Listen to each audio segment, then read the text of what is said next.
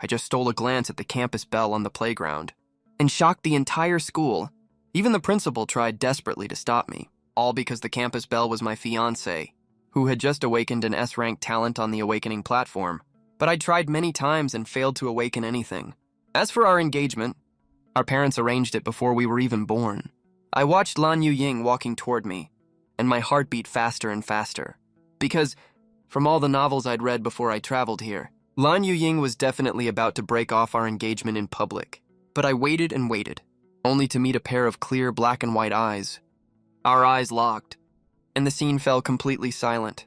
Even the onlookers held their breath, afraid of missing the big breakup scene. Finally, I couldn't hold back, and broke the silence in confusion. Student Ying. What do you want from me?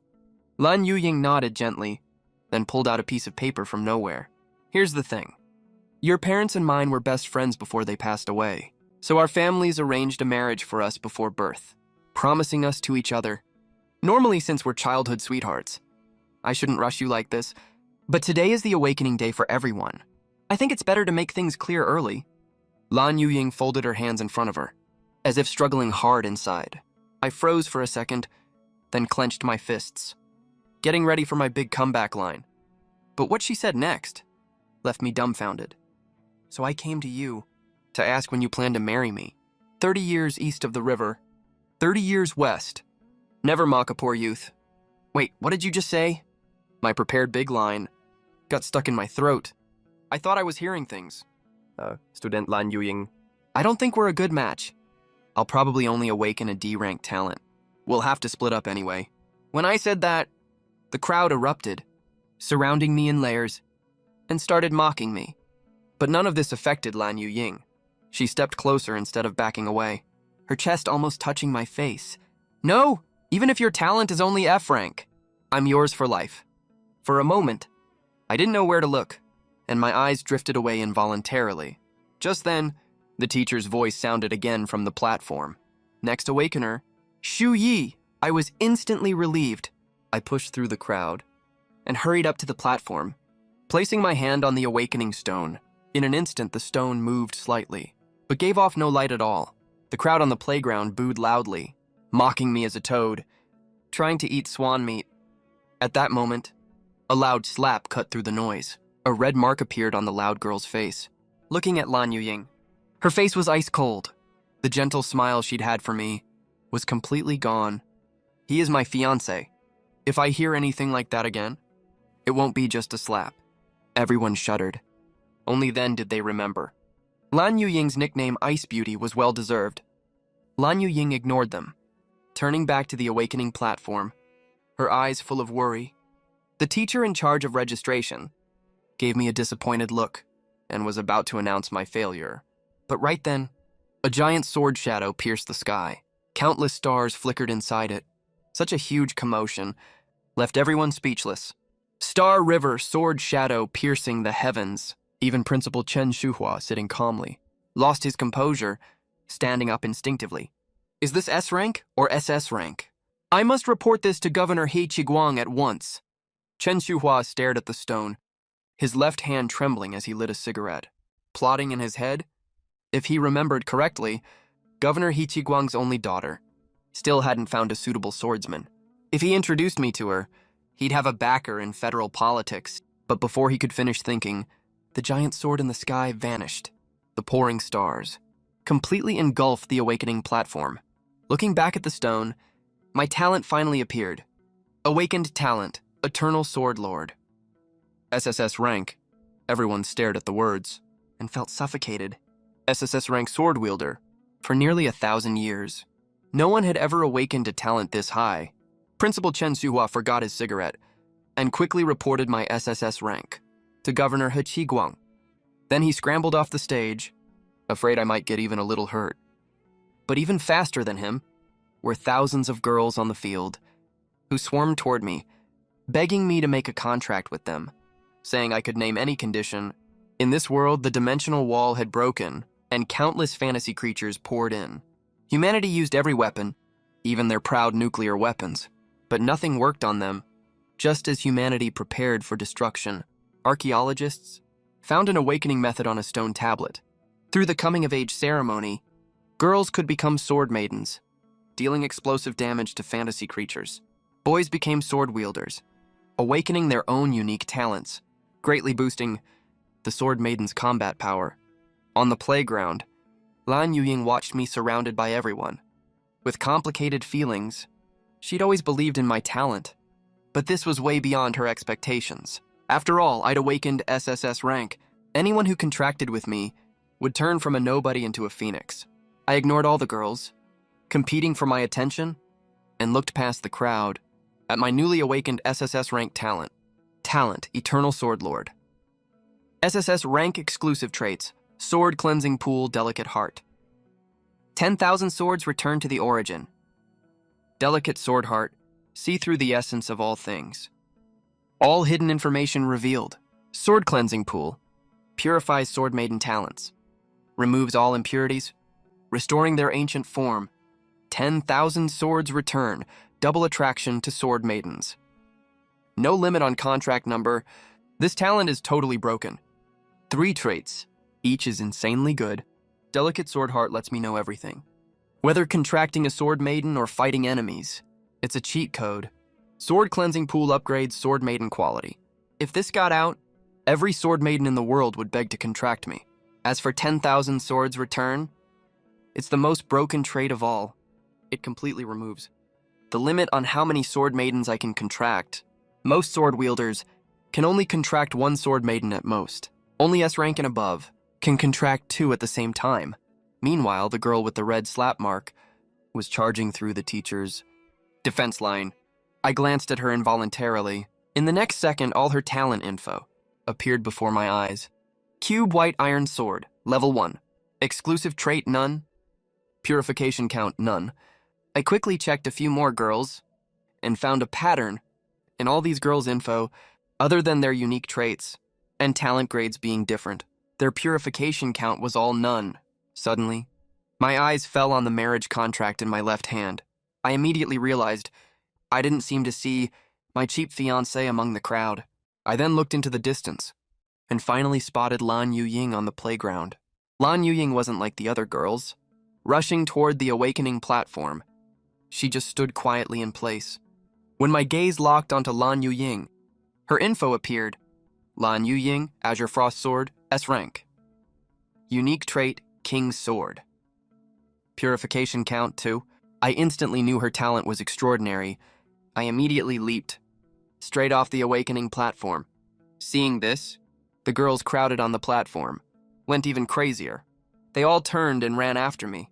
I ignored the chatter around me and walked quickly to Lan Yuying. I gracefully held out my left hand.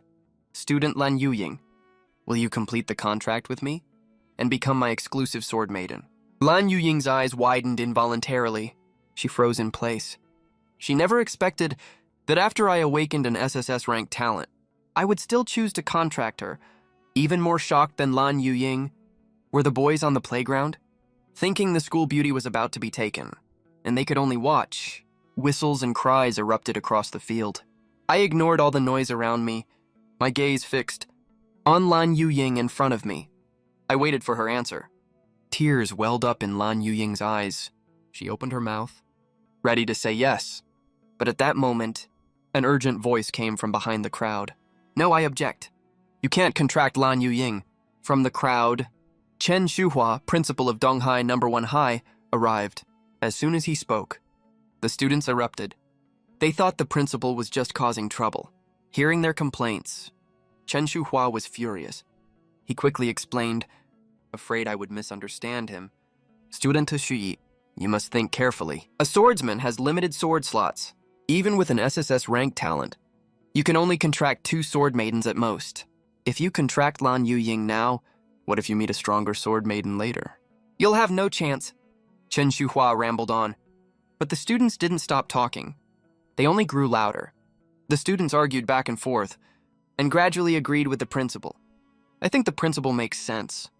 You should really pick 2 higher talented sword maidens. I'm already touched that you thought of me after awakening. But the contract, let's just forget it. As Lan Yuying spoke, her head slowly dropped, but I glared sharply at Chen Shuhua, then stated my decision firmly. Save it. Principal, I've made up my mind. Not even you, or anyone else can change it. I grabbed Lan Yuying's right hand, proving my resolve with action. You are humanity's future. Don't be reckless. Chen Shuhua was panicking. Less than 10 minutes ago, he reported good news to He Qiguang and boasted that he would keep me stable. Until He Yuer arrived in Donghai, but I wasn't weighing pros and cons at all. I was dead set on contracting my arranged fiancé. This drove him crazy. But no matter how anxious he was, he didn't dare pull us apart. An SSS-Rank swordsman and an S-Rank sword maiden, their future achievements would far exceed his as principal of Donghai No. 1 High. Let's go. Student Lan Yuying. Let's go sign the contract. We already agreed to this. You're not backing out, are you? I completely ignored Chen Shuhua and looked at the head-down Lan Yuying. Without waiting for anyone's reaction, I led Lan Yuying away from the crowd. For a swordsman and sword maiden to contract, they need a completely quiet place. As a place that nurtures students, Donghai No. 1 High naturally had special contract rooms. Lan Yuying held my hand, her palm sweating nervously. Oh right, our marriage certificate is still with me. You should keep it. I suddenly turned around. Lan Yuying had been secretly staring at my back and didn't catch what I said. The marriage certificate should be kept by the bride only after marriage. Do you want to get married right now? That's way too soon. I smiled and handed the marriage contract to Lan Yuying. I pushed open a contract room door and walked in. It's not impossible, Lan Yuying mumbled quietly. She suddenly realized what she'd said and panicked. Luckily, I didn't seem to hear her. I just pushed open another contract room door and walked straight in. Lan Yuying sighed in relief. Her face red and quickly followed. The contract room was tiny. Once we both squeezed in, sitting facing each other. It was extremely cramped. I could even feel her warm breath on my neck and the unique scent of a young girl, making my mind wander. Lan Yuying blushed even harder. She was so shy she wanted to hide, but her body was just like this. She tried not to touch me, but still brushed against me slightly. I leaned forward slightly, knowing I couldn't delay any longer, or I'd make a fool of myself in front of her. Lan Yuying agreed in a tiny voice, her head feeling like it was burning. The contract ceremony began. A huge formation spread out from me, soon covering the entire room. The golden formation unfolded. A dazzling pillar of light shot out, straight into the sky. This was a contract recognized by the stars, a contract exclusive to SSS-Rank swordsmen. Outside the room, Chen Shuhua stared blankly at the bright golden pillar, afraid to check his device. He had no idea how to answer Governor He Qiguang. In Chen Shuhua's eyes, the brighter the pillar, the darker his future career. Inside the contract room, illusory golden chains took shape, binding me and Lan Yuying tightly together. These soul chains connected our spirits, letting our hearts communicate. We would rise and fall together. 1 minute later, the contract was complete. Everything calmed down. My eyes snapped open. A blue longsword appeared in my hand. This feeling was amazing. It was like we were both controlling a game character, holding the sword that was Lan Yuying. I joked softly to her. The long sword in my hand trembled slightly for a second, as if it was expressing its dissatisfaction. Suddenly, I thought of my talent, dust-cleansing sword tooth. With a low shout, I sliced my finger with the blade. A few drops of blood instantly fell onto the azure frost sword. The next second, the quiet azure frost sword began to shake violently. I could barely even hold it. Did something go wrong? Why is it reacting this hard? I gripped the hilt with difficulty. I couldn't help but feel worried. This was my first time using my talent. I never expected Lan Yuying to react this strongly. What I didn't know was, at that moment Lan Yuying felt like she was being gently caressed all over, making her twist her blade unconsciously. An indescribable comfort washed over her. Finally, the azure frost sword stopped trembling. A faint kingly sword intent, centered on the azure frost sword, spread out in all directions. As the sword intent grew thicker and denser, the originally blue-green azure frost sword gradually turned bright red. When everything settled, a bright red longsword appeared before my eyes. Lan Yuying, azure frost sword, SS-Rank exclusive traits. King sword, dragon-slaying sword. King sword, azure frost was an emperor's sword. Greatly intimidates enemies. Hits on fantasy creatures below king rank. Guaranteed instant kill. Dragon slaying sword. Emperor Liu Bang swore an oath by slaying a white serpent. 200% damage boost to dragon-type fantasy creatures. Chance to plunder the emperors. Dust cleansing count, 1. I never imagined that an SS rank sword maiden's talent would be this broken. I just froze there in shock. But when I looked closer, I saw just how terrifying it was. For example, the instant kill effect of the king's sword meant no matter how much health the enemy had, as long as the condition was met, they would be killed instantly. To me, this was a trump card that could turn the tide. It could create miracles in desperate situations. As for the dragon-slaying sword, against dragon-type fantasy creatures, its effect was even more insane. Not only did it deal huge extra damage, it also had a chance to take the enemy's talent and permanently transfer it to me. It was an extremely rare way to gain more talents. As I rejoiced inwardly, before I knew it, Lan Ying had changed back. From her azure frost sword form into human form, she held her chest with both hands, her face filled with disbelief. Talent rank cannot be changed. This was an iron law proven by humanity over thousands of years. Even the several 9th rank sword emperors, who left their mark in human history, could not raise their descendants' talent ranks. But just now, Lan Ying clearly sensed that her talent rank had actually risen from S to SS. I was like an all-powerful creator, easily doing with just a few drops of blood what even sword emperors couldn't do. Shui, you'd better not let anyone else know about your talent. After hesitating for a moment, Lan Ying finally spoke her mind. Although the human federation is united, under the threat of monsters, the hidden dangers in the shadows never disappeared. If someone with bad intentions finds out, they'll definitely come after you at all costs. So you have to be careful. I'm not trying to stop you from getting another sword maiden. I'm just really worried about you. If you find a suitable sister, just let me know. After saying that, the thoughtful Lan Ying added a few more words. Afraid I might misunderstand her. Don't worry, I know what I'm doing. I won't tell anyone. I smiled slightly, but I was secretly surprised. We were only engaged since childhood. We hadn't spent much time together. But Lan Ying only thought about me. And what was best for me, for a moment, I felt like we were an old married couple. We stared into each other's eyes. Maybe my gaze was too intense. Lan Ying, who'd boldly confessed on the playground, now looked away, flustered. I'll go first. See you tomorrow morning. Lan Ying didn't dare look me in the eye. Like a dragonfly touching water, she left 2 lip prints on my face, then ran out of the contract room without looking back. We just signed a contract, and now she's shy again. Girls are really hard to figure out. I watched Lan Ying leave, and shook my head. What I didn't know was, in just one night, the news that humanity had a new SSS-Rank sword wielder after years spread everywhere. When I arrived at EC No. 1 High School, it was under strict lockdown. The city really takes today's combat exam seriously. They sent so many police to keep order. Looking at those dark gun barrels, I couldn't help but sigh.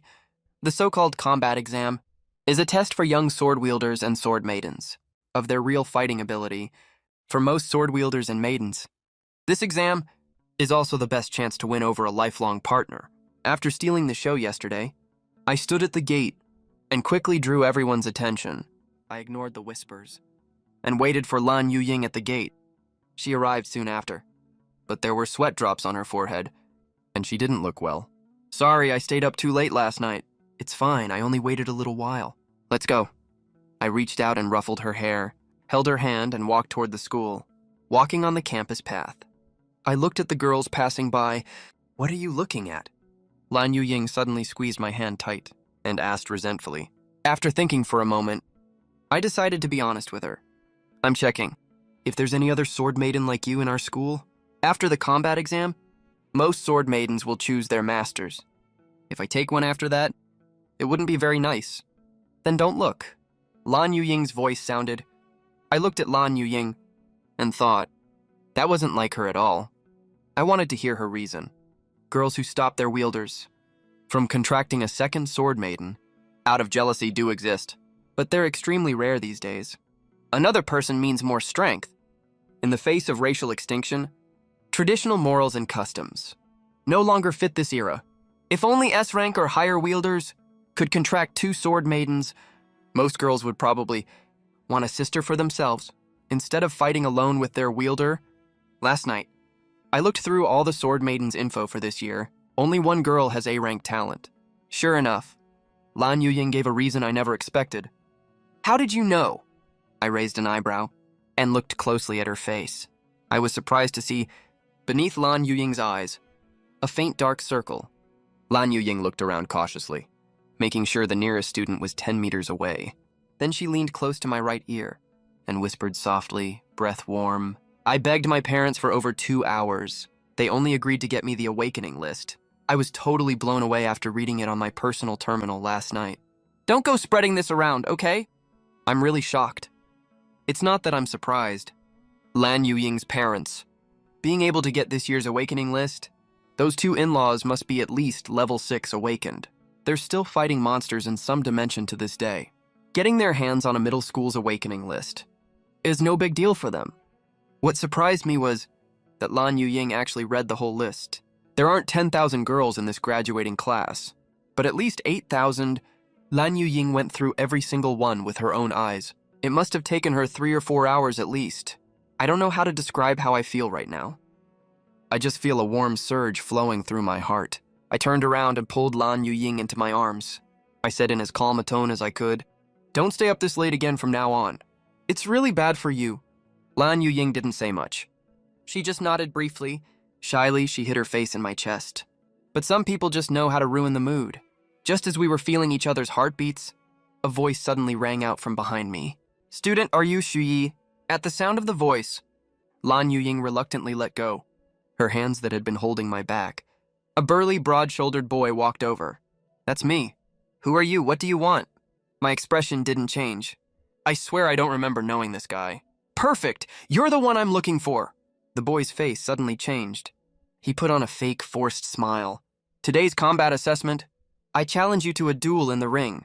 I hope you don't get knocked out early." Before I could even reply, the boy left quickly without another word. "Do you know him?" Lan Yuying frowned slightly. She was clearly annoyed by his provocation. No idea. Probably just trying to use me. To boost his own fame. I smiled calmly. "We're all 17 or 18. It's normal to want to show off by stepping on others. I'll just beat him up in the ring later." The 2 of us kept walking hand in hand. After a short walk, we finally reached the combat assessment area. Principal Chen Shuhua soon appeared on the stage. "Students, today's combat assessment is similar to previous years. Students who have contracted partners will compete in the ring. Those who haven't contracted will fight in 50-person free-for-alls. Please head to your assigned assessment areas. Prepare for the assessment." The noisy crowd immediately split up. Most people headed for the free-for-all zone. Only a small number of students walked in pairs, toward the 10 rings. With the highest talent, I was, without a doubt, made the defender of Ring 1. Lan Yuying and I stood on the ring, quietly waiting for challengers. But as time passed, the other 9 rings were already in full swing. Only the ring we were on had no one brave enough to step up. I was starting to get bored. I just slacked off on the spot. Just as I was so bored that I started playing with a strand of Lan Yuying's hair, a voice suddenly shouted from below, "I challenge you!" "Shuyi!" The words caused a huge stir. The other 9 rings, which had been packed with people, once they heard someone was challenging me, everyone rushed to the bottom of Ring 1. My eyes lit up. I turned toward the voice. The owner of the voice was the same burly guy from that morning. Next to Jiang Guangyi, there was another equally muscular girl. They were about the same build, both packed with muscle. They looked really strong. "Heard you 2 are taking ring challenges. May I ask your names?" Happy I didn't have to keep standing around. I confirmed in a good mood. "That's right. I'm Zhang Guanghe." "You're the one I'm challenging." Zhang Guanghe didn't hold back at all. He clearly stated his intention to fight. "It's not you challenging me. It's you 2 challenging us." I corrected his mistake again. "Haha, a genius really does talk nice. No wonder you won over the campus belle, Lan. Unlike me, I can't even get ring terms right. Only my Lianlian likes me." Zhang Guanghe laughed loudly. There was a hint of cunning in his rough smile. "But even if I don't know all these rules, I know your weakness. I'm not just here because I'm muscular. I'm not challenging you just for that. Then please enlighten us." Seeing how serious Zhang Guanghe was, I started wondering myself. No need to act tough anymore. The higher a sword maiden's talent, the longer the adjustment period after contracting. You and Campus Belle Lan Yu Ying are both so talented. I bet my life. You can't even use much of your power right now. Zhang Guanghe announced the answer in a loud voice. He didn't bother hiding it at all. As he spoke, the crowd watching below also began to stir. Some said it was low, but he definitely came prepared. Facing all the talk below, Zhang Guanghe didn't care, because he knew whether he won big or lost badly, every student here today would remember him deep in their hearts. Zhang Guanghe thought proudly, completely missing the weird looks on me and Lan Yuying's faces. Soon the whistle signaling the start blew. The proctor's voice rang out. The match begins! In an instant, Zhang Guanghe's expression turned sharp. Right away, the muscular girl next to him transformed into a huge sword. How's that? My Lian is a B-rank sword spirit. She might not be a once-in-a-century talent, like Campus Belle Lan, but she's still really rare, Zhang Guanghe said proudly. As a C-rank sword controller, managing to contract a B-rank sword spirit by leaping ranks was something to be proud of no matter what. Up on the main stage, Principal Qin Shuhua, who should have been sitting in the center seat, was standing aside nervously. Sitting in the main seat was a middle-aged man who looked barely over 40. Next to the middle-aged man, a young girl in her teens. Watched the ring silently. Miss He, why don't you take a seat? When the ring matches are over, I'll call Shuyi up. Let you two have a good chat. Build some rapport. Chen Juhua's face was covered in sweat. He forced a flattering smile. He said to the girl in the purple dress, No need. The girl snorted coldly. She was clearly very unhappy. Chen Shuhua was close to tears. He was about to say something else, when Governor He Qiguang cut him off. Enough, this isn't your fault. Go do your job. Seeing how Chen Shuhua was sweating profusely, He Qiguang waved him off, telling him to step away for now. Chen Shuhua was greatly relieved. Afraid of annoying He Qiguang even more, he quickly backed off the stage. If you really take a liking to this boy, then go after him boldly. Otherwise, it'll be too late when people from other galaxies arrive. No, I don't like him. The girl in purple shook her head. Her answer was crisp and clear. He Qiguang knew full well what his daughter was thinking. It wasn't that she didn't like him. She was just upset that I already have a sword maiden. Don't be so childish. Sword servants above S-rank talent are already hard to find. Besides, this one is SSS-Rank.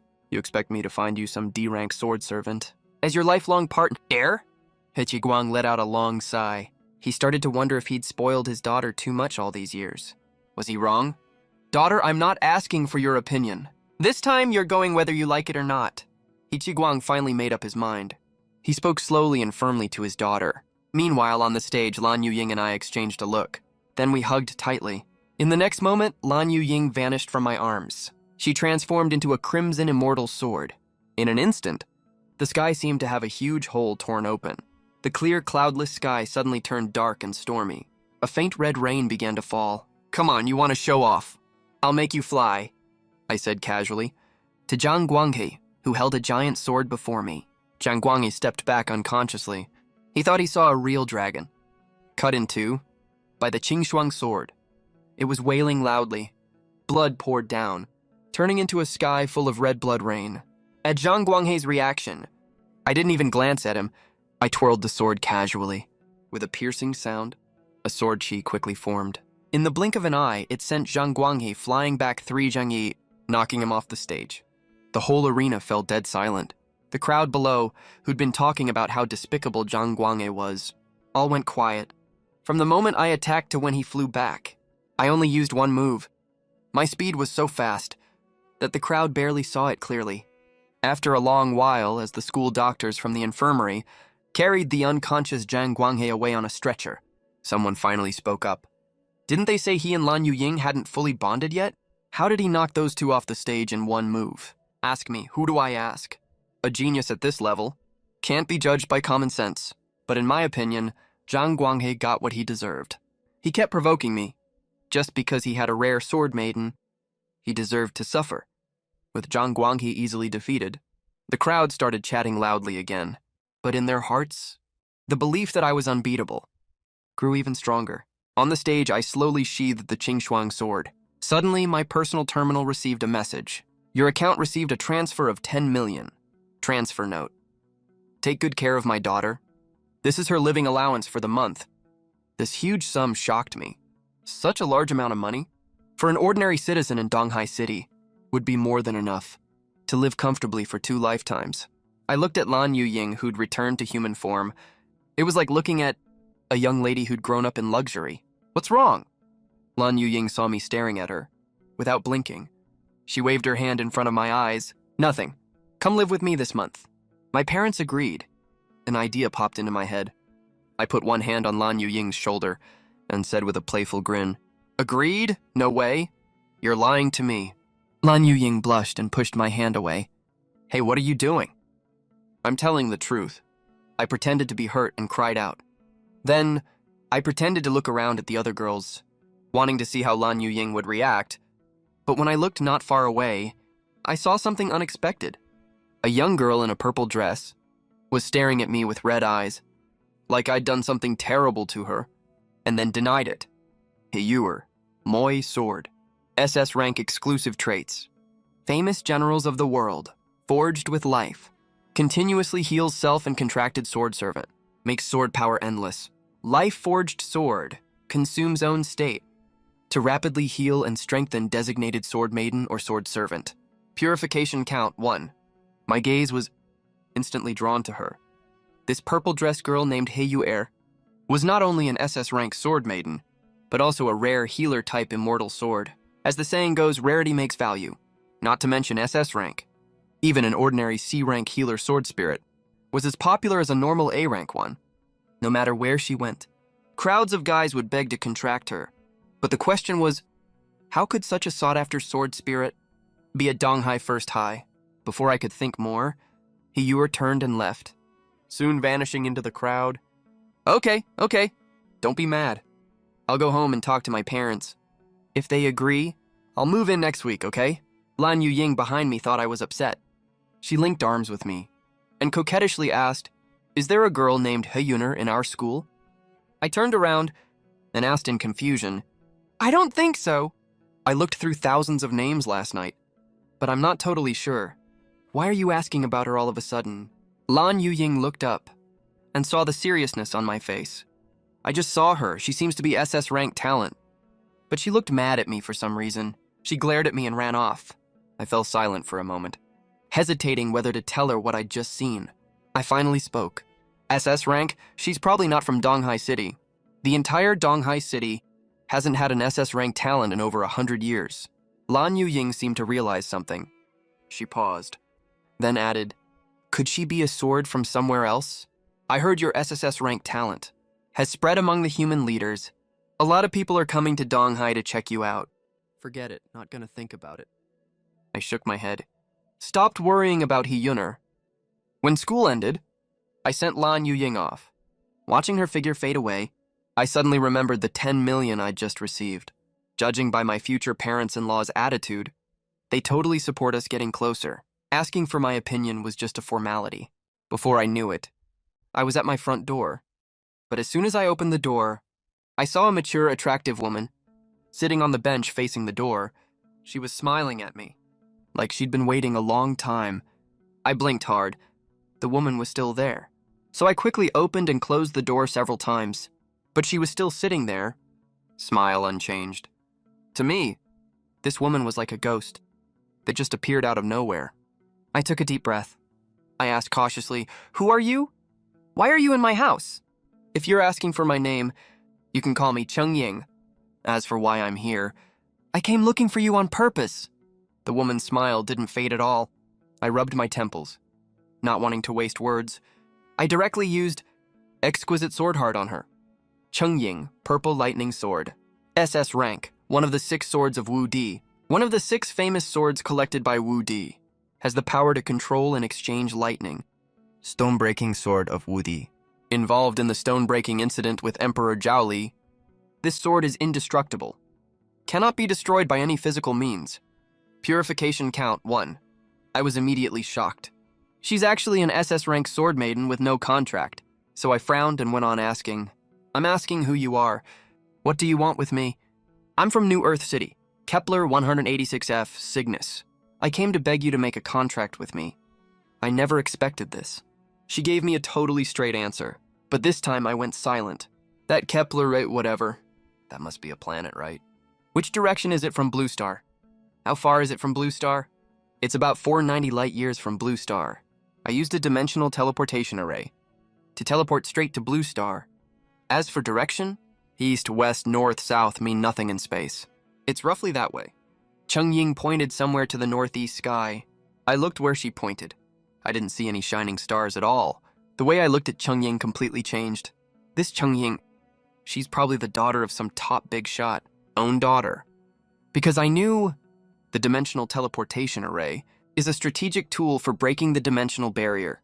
Under normal circumstances, only large-scale military operations are worth activating the teleportation array. But Ying put away her professional smile and said seriously, I want to sign a contract with you. I awakened my talent 4 years ago and have been waiting 4 years to find a suitable sword rider. I can't wait any longer, no matter what. I fell silent for a moment. My 10,000 swords returned to one trait. Lets me have an unlimited number of contract partners. Theoretically, as long as their talent is good enough, the more sword maidens, the better. But here's the problem. I just met Ying for the first time, and she's being this forward. Something just feels off. When she saw I wasn't saying anything, Ying's expression grew more and more awkward. She used the dimensional teleportation array overnight to rush to Blue Planet, because she knew full well how fierce the competition was. She couldn't miss this last chance right in front of her. After a long while, Ying let out a soft sigh. All that effort she put in today, wearing light makeup, a pure style dress, and white stockings, she thought 18-year-old boys would all fall for this look. But I'm not a normal guy at all, blaming me inwardly. Ying stood up gracefully, ready to say goodbye and leave. Those competitors taking the normal channels would only reach South Star in about a month. She wasn't going to give up easily. Ying cheered herself on in her mind, when suddenly she heard my voice. Hey, can you tell me in detail why you have to wait 4 years? Is it because there are too few sword users in your galaxy? Looking at Ying, whose disappointment was impossible to hide, as she stood up, I suddenly thought of the girl in the purple dress I saw this morning. You actually don't know. For the first time, a genuine expression appeared on Ying's face. She observed me carefully for a moment. My expression didn't look fake at all. Most of her frustration faded away, replaced by something subtle. Actually, the shortage of sword users isn't just a problem for the Cygnus galaxy. It's a common issue across the entire human federation. I glanced at Ying doubtfully, seriously suspecting she was just making it up. The gender ratio at Donghai No. 1 High School was completely normal. I couldn't see any problem at all. In a way, you're not wrong. According to statistics from the Human Federation, the total number of sword users and sword maidens is almost the same. Ying shook her head slightly, but the problem is, sword users with S-rank talent or above are extremely rare. The Human Federation spans dozens of galaxies, but only produces one every few years, before an SS-rank sword user appears. As for SSS-rank sword users, there hasn't been one in over 100 years. At this point, Ying let out a sigh, probably thinking about her own situation. Her expression turned a little awkward. By contrast, although SS-rank sword maidens are also rare, at least 3 or 4 awaken every year. We're all SS-rank sword maidens. None of us are willing to pair up with someone weaker than us. So us sword maidens have to act fast. Those who are too slow can only compromise or wait several more years. I see. It suddenly all made sense to me. I immediately thought of my 10 swords return to origin talent. Looks like the value of this talent is way higher than I originally thought. If that's the case, every year some SS-rank sword maidens can't find a suitable sword user. Yeah, I bet a lot of them envy your childhood friend. It's nice to have such a close relationship. I froze for a second. It took me a few seconds to realize Ying must be talking about Lan Yu Ying. Are you just gonna stay in the yard the whole time? Not gonna invite me inside? You can't make me sit on this bench forever. You haven't been inside? I was in disbelief. Ying in front of me had snuck into the villa's yard somehow, but hadn't gone near the living quarters. Of course not. I rushed here overnight to beg you to make a contract, not to anger you. There's no way I'd go in without permission. Ying sighed. She'd made thorough preparations this time. From my preferences to my eating habits, she'd looked up all the info beforehand, but she never expected. My personality was nothing like her intel. From the very start, things didn't go as she'd planned. I said nothing. I walked to the door and scanned my iris, silently letting Ying follow me into the villa's living area. Moments later, Ying laid casually on the sofa, her long legs in white stockings resting on the edge, not caring at all about her hair under her back. Even her ridiculously expensive dress was getting wrinkled. She looked just like a total homebody. I could only think this was nothing like the elegant queen sitting properly on the bench earlier. It was almost a waste of that perfect golden ratio figure she had as an elegant queen. This must be her real self. I shook my head helplessly. Everything I saw just now was an illusion. I didn't know you lived alone. Your place is pretty clean. This sofa is okay too. If only there was some popcorn, I could lie here and watch a movie. Ying clearly didn't notice my strange look, swinging her long legs back and forth, looking totally relaxed. I was just about to reply, when suddenly, I thought of that sudden windfall in my account. Oh right, this morning. The 10 million credit points in my personal account. Did you send them? No. As much as I want to lie and say yes, unfortunately, I haven't transferred anything. To your personal account yet? Ying glanced at me from the sofa, like she just thought of something, then pushed herself up. But if you want, I can send you some. As long as you make a contract with me, I'll even cover the sword mark dust your childhood friend needs for her future advancement. How about it? Want to think again? Ying smiled sweetly, casually promising a huge fortune. Sword mark dust. As the name suggests, it's a special powder used to carve marks on sword blades. This material is essential for sword maidens to level up. Every time they rank up, they need different amounts of this powder to draw sword marks. Because sword mark dust can usually only be obtained by killing monsters. It's hard currency in the Human Federation. Okay, if you can cover all the sword mark dust for all my sword maidens up to level 7, we can sign the contract tomorrow. I looked at the grinning Ying and thought her face just screamed, dumb and rich. But after thinking about it, I didn't push it too far. The amount of powder sword maidens need grows exponentially with each level. Level 7 alone would cost her a fortune. After all, I'll have quite a few sword maidens in the future. If I set the trap too deep, it might cause trouble later. Fine, I'll stay at your place tonight. So you don't back out tomorrow. Ying still had that sweet smile, but her eyes kept glancing at me. No problem, we can write it down right now, so no one can go back on their word, I said, pulling out a blank sheet of paper. In just a few strokes, I wrote an informal contract. You're serious? Ying's smile froze slightly. My heart skipped a beat. I thought I'd gone too far. Making Ying pay for everything alone seemed kind of insulting. For some reason, I didn't care much about that elegant lady, sitting on the bench and smiling, but I didn't want to hurt this couch potato girl right in front of me. But just as I was about to explain, she cut me off. Then it's a deal. No backing out, no matter what. She reached out and took the paper and pen from my hand and quickly signed her name. I was completely stunned. I thought Ying would be unhappy with my terms, but this mature-looking girl with a young heart actually signed it right away. After staring at her for a while, I saw she was still smiling. Not only did I find nothing suspicious, but I thought she looked even prettier.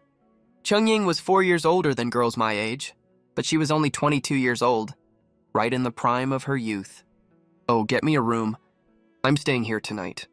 Just as I was daydreaming, Ying made her request. Staying at my place tonight. I froze and asked instinctively, yeah, I don't know anyone else on Blue Planet. I'd have to book a hotel anyway. And tomorrow morning, when I wake up, we'll finalize the contract. I'm scared you'll change your mind later. Ying said openly what she was thinking, looking into her steady, unwavering eyes. I hesitated for a moment, then finally nodded. Okay, I'll get a room ready for you. But let's be clear, only for one night. You have to find somewhere else tomorrow. We'll worry about tomorrow. I'm staying here tonight. Ying didn't care about my attitude. She walked straight into the master bedroom and closed the door behind her. Watching her act so at home, I shook my head slightly, then turned and went back to my own room. I turned on my personal terminal. I had to tell Lan Ying in advance about making a contract with Ying. Even though I held the power in the contract, I still needed to respect Lan Yuying. Yuying, a sword maiden from outside Blue Planet, just came to me. I've decided to contract with her tomorrow. We'll meet at the school contract ceremony. I described the current situation as briefly as I could. After waiting a while, Lan Yuying didn't reply, guessed she must have slept too little last night, and went to bed early today. Just as I was hesitating, Chong Ying, who had been asleep, suddenly opened her eyes. I didn't expect he'd really like the homebody type. Luckily, I thought fast today, or I would have been in trouble. Looks like my quick reaction worked out. If he let me stay here for the night, he can't dislike me that much. Beneath the moonlight, a look, almost cold, appeared on Chong Ying's face. But this is fine too. Acting like my real self is way easier than acting elegant and proper. Anyway, life here will be much easier than at home. I just hope his childhood friend is easy to get along with. After tomorrow, we'll have over 100 years together. The next day, I woke up groggily, planning to use the bathroom, but as soon as I opened the door, my eyes almost popped out. In the living room, everything was neatly arranged. White cashmere carpets covered the floor, and even pink wallpaper was on the walls. "You're up."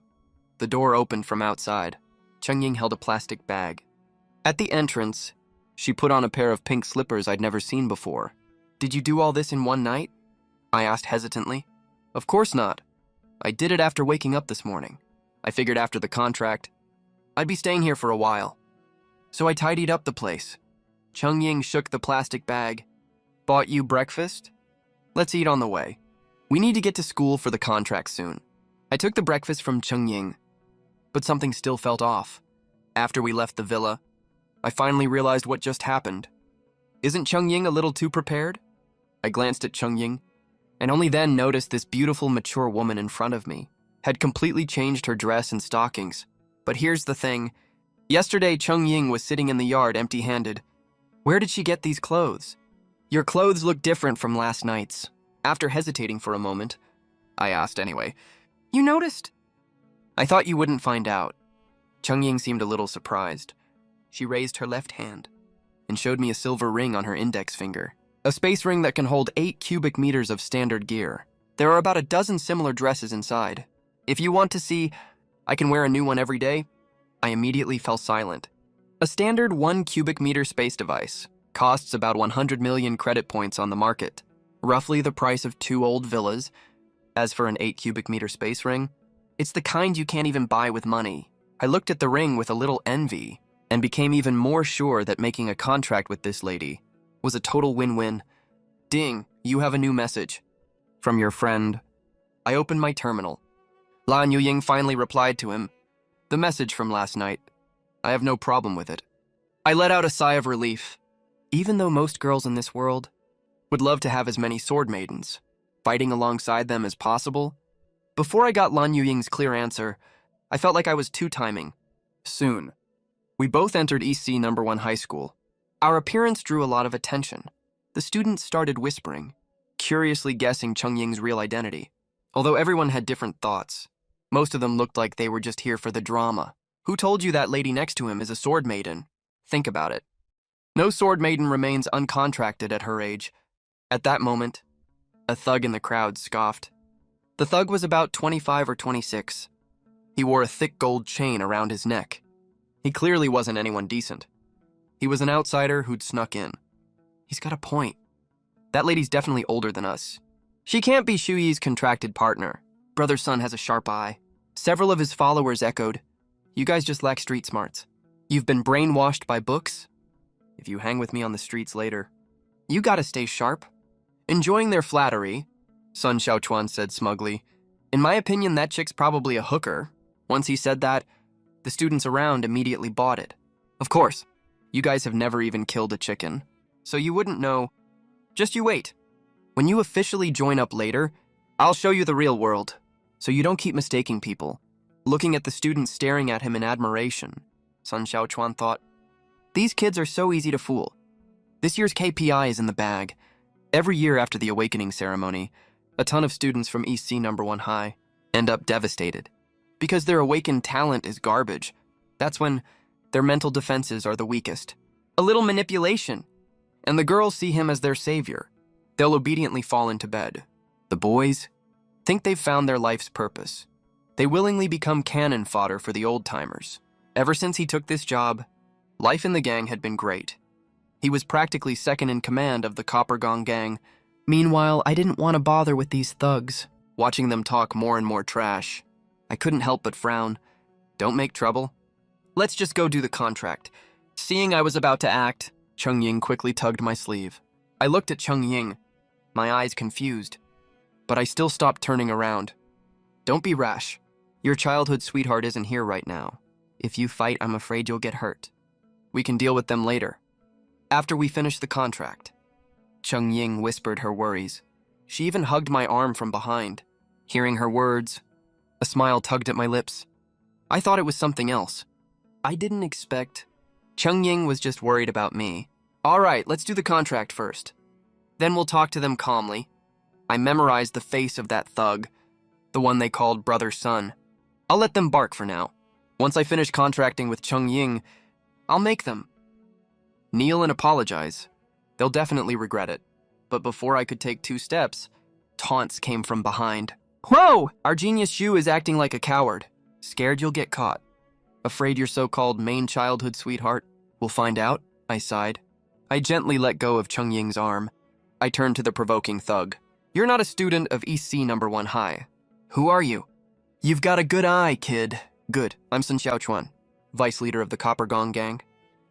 Sun Xiaochuan tossed his cigarette and spat hard on the ground. Let me tell you, having a good talent ain't shit. You can go ask around.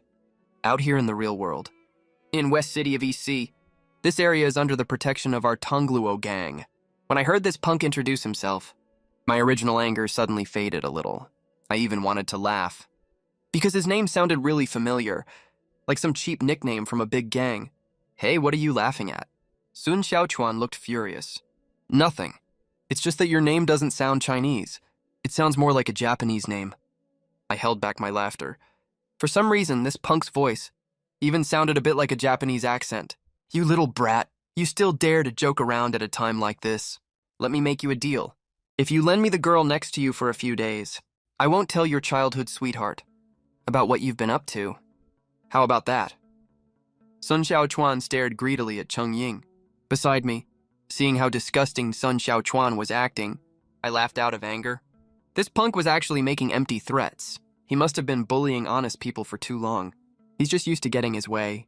Fine, some shady gang leader, and you dare threaten me. Even if I killed you right here in public, no one would hold me responsible afterward. Don't get so cocky, kid.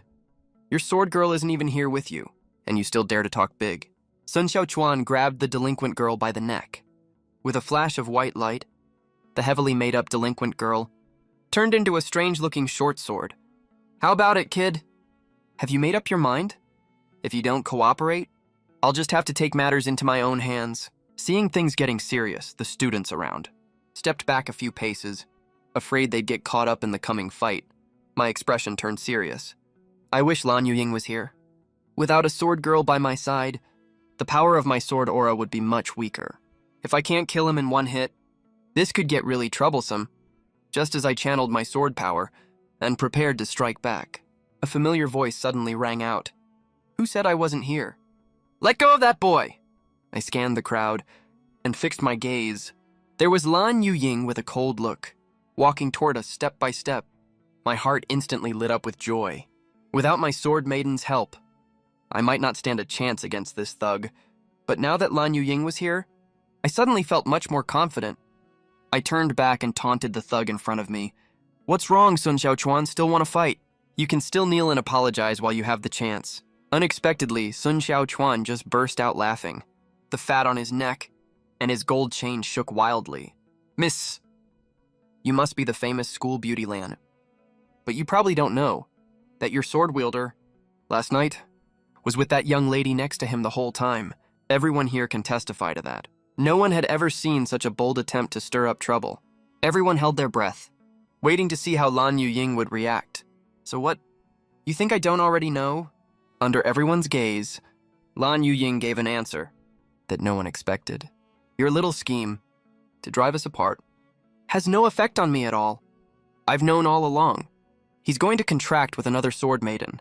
You can't explain the vastness of the sea to a summer insect. Only a fool like you, who's never seen an S-rank talent, would think everyone thinks the same dirty, disgusting thoughts as you. With that, Lan Ying snorted coldly. Her gaze turned even colder. You dare provoke them here? Do you want your shady little gang to be completely destroyed? Okay. The students this year are getting bolder and bolder. Let's see what you two brats can do. You just awakened less than 3 days ago. What real power could you possibly have? Sun Xiaochuan grinned viciously, seeing his plan to turn us against each other failed. He pointed his sharp blade straight at the three of us. This is an Eastern samurai sword. Its structure is similar to a knife. It's a deadly weapon made for killing. Let's see how you can stop me. In an instant, Sun Xiaochuan charged at me with the blade. I pulled Chong Ying behind me to protect her. I held the green frost sword in my right hand and faced the incoming blade head on. I saw many brave students watching nearby. I couldn't use a large-scale sword aura to fight Sun Xiaochuan, but that didn't mean I had no other tricks. At the critical moment, I willed it. The vicious short blade suddenly froze in mid-air and fell straight to the ground. The boys within 100 meters were shocked to find that their contracted sword maidens had all lost control at the same time. They turned into long swords of different shapes and knelt on the ground. It wasn't just those boys. Even I was a little surprised. I thought the effect of the king's sword would only make that one short blade lose control. I never expected it to disable all sword maidens. On a real battlefield, this would be a mass monster slaughter weapon. I held the green frost sword and walked towards Sun Xiaochuan step by step. What are you doing? I'm telling you, I have the whole Tongluo gang behind me. If you touch me, you'll get jumped by a group of us when you walk down the street someday. Sun Xiaochuan threatened me, clearly nervous. He stepped back unconsciously. Honestly, I couldn't care less about you or your ridiculous gang, but you made the mistake of messing with me and my friends. I always keep my word. If I said I'd kill you, I'm not going back on that. I scoffed at Sun Xiaochuan's fake threat. Don't kill me. Killing is against the law. I stepped closer and closer, finally cornering Sun Xiaochuan. A huge wet spot instantly appeared in his crotch. A terrible stench filled the air. The crowd 100 meters away couldn't help but cover their noses. You're right. Killing is against the law. But this is just self-defense. You attacked me first. Everyone here can prove it. I sneered. I mocked Sun Xiaochuan for only remembering the law when death was near. Brother Shu, Grandpa Shu, I'm sorry, be merciful. Treat me like a fart and let me go. Killing someone like me will only dirty your sword. Sun Xiaochuan seemed to sense death approaching. He knelt down, grabbed my leg, and begged for mercy. You're right. Killing you with my sword would only dirty it. I was disgusted by his cowardice. I put away the green frost sword in contempt. I turned around and faced away from him. Thank you, Grandpa Zhu. I'll get out of here right now. I'll never come to the school to bother you again? Sun Xiaochuan thought he'd escaped death. He didn't care how dirty the ground was. He immediately threw himself on the ground and kowtowed heavily several times. But the next second, Sun Xiaochuan's face turned cold and cruel. A hidden flying knife shot from his sleeve. It flew straight toward my back. This was a deadly, vicious move. Obviously, he was just pretending to lower my guard. He'd wanted to kill me all along. Then a loud bang rang out. The flying knife flew backward 3 feet. A scarlet sword aura not only knocked the knife away, but also sliced straight across Sun Xiaochuan's neck.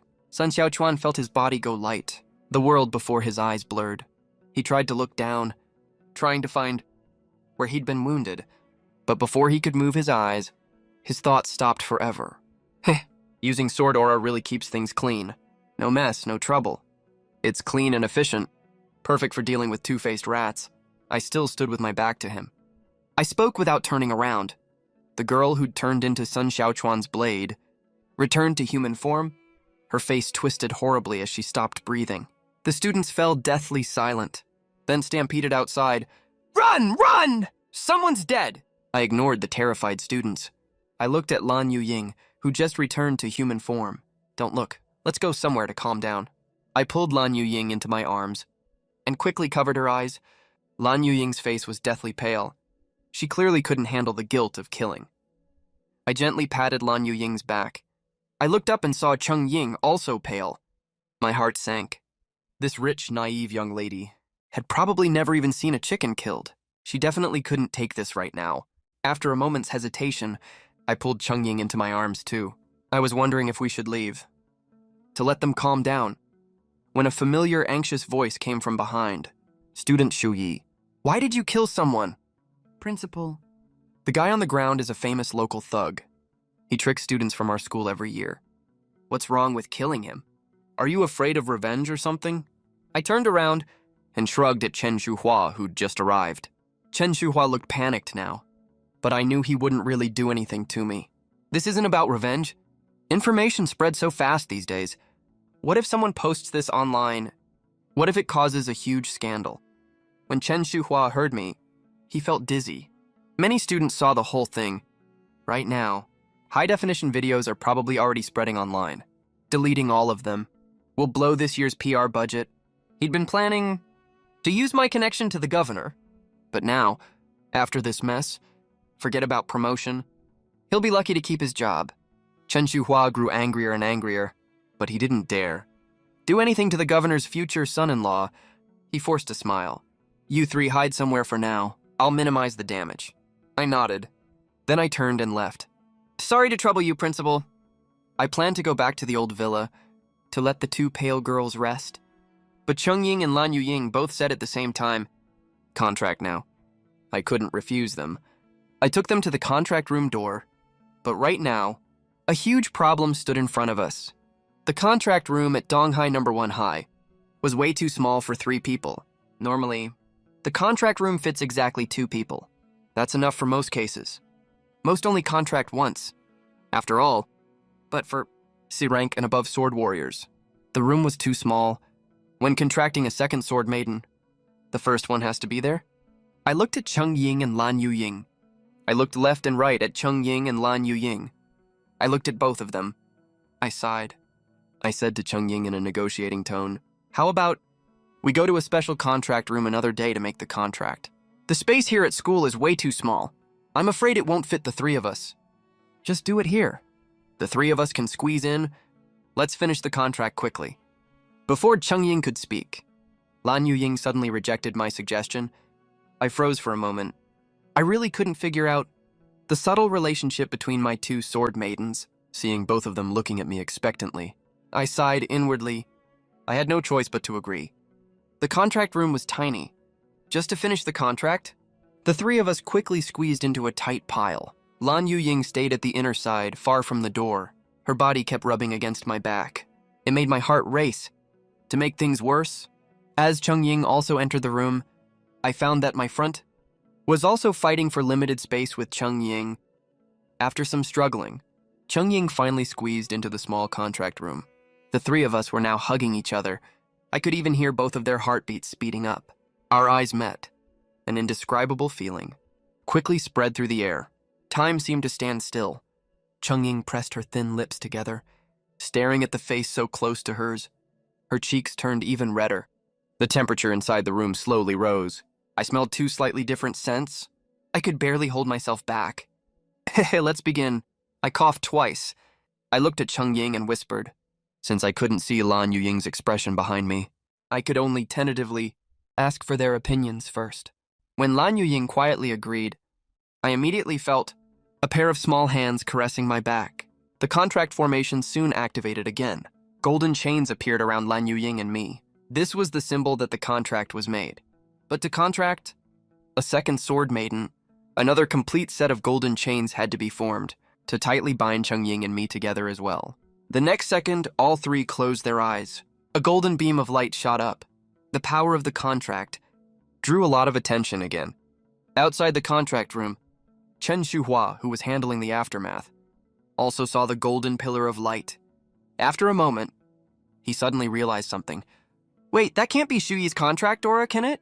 But didn't he already contract 1 sword maiden? Chen Shuhua immediately sensed something was very wrong. If he'd already contracted 2 sword maidens, then where would the governor's daughter fit? For a moment, he had the urge to leave everyone behind and rush straight to the contract room to check. But seeing more and more reporters around, he chose to first protect the school's reputation. A bright white light flashed. My eyes snapped open. At the same time, a silvery white long sword appeared in my left hand. On the hilt, several colorful gems were inlaid. One purple gem was the brightest. Electric arcs flickered inside it from time to time. Chong Ying, Purple Lightning Sword. SS Class Exclusive Trait, number 6 Sword. Stonebreaker Sword, number 6 Sword. One of the 6 famous swords collected in a lifetime. Inlaid with rare treasures, has the power to summon thunder and lightning. This trait strengthens after collecting all number 6 swords. Stonebreaker Sword, Legend of the Emperor Breaking the Stone. This sword is indestructible. Cannot be destroyed by any physical means. Cleansing count, 1. I stared at the purple lightning sword in my hand. It sounded like a really good long-range attack. Not just against monsters, but also very lethal to humans. Next time someone provokes me like Sun Xiao Chuan, I won't have to use sword energy myself. I can just fry these bastards with lightning. As for the Stonebreaker Sword, its description sounds like physical immunity. I wonder how well it works in human form. The longer I stared, the more the purple lightning sword, which had been still, began to hum, as if wondering why I kept staring at it. Chong Ying and I shared a telepathic bond as the purple lightning sword. I immediately sensed her thoughts, but I didn't answer her confusion. Instead, I looked at my right hand, where Lan Yu Ying had also turned into the blue frost sword. This feeling is amazing. I can actually hear both of your thoughts at the same time. If I contract even more sword maidens, I'm afraid I won't be able to handle it. With a thought, I turned both sword maidens back into human form. It's my first time feeling this telepathic bond. I can not only hear your thoughts, but also faintly sense Lan Yu Ying's thoughts too. Chong Ying seemed very interested in the telepathy in sword form. However, Lan Yu Ying didn't reply to Chong Ying. Instead, she tugged at my sleeve and asked a question Chong Ying didn't understand. Chong Ying, can her talent level be upgraded? Chong Ying's blushing face paled in shock. Upgrade talent level. Yeah, it's Shui's talent trait. When she contracted with me, she helped me upgrade my talent. I was only S-class before, now I'm SS class. Lan Yu Ying's gaze was blocked by me. But her voice reached Chong Ying. Chong Ying's eyes widened sharply. She involuntarily looked at me right in front of her. I can actually upgrade a sword maiden's talent? It completely overturned her worldview. If the old guys in her family knew that talent could be upgraded, they'd pay any price for it. The next second she realized the other meaning in Lan Yu Ying's words. Does that mean I can also upgrade my talent? To be exact, both of you have one more chance to upgrade. I paused for a moment. Looking at Chong Ying's eager eyes, I decided to tell them the information from the exquisite sword heart. But not now.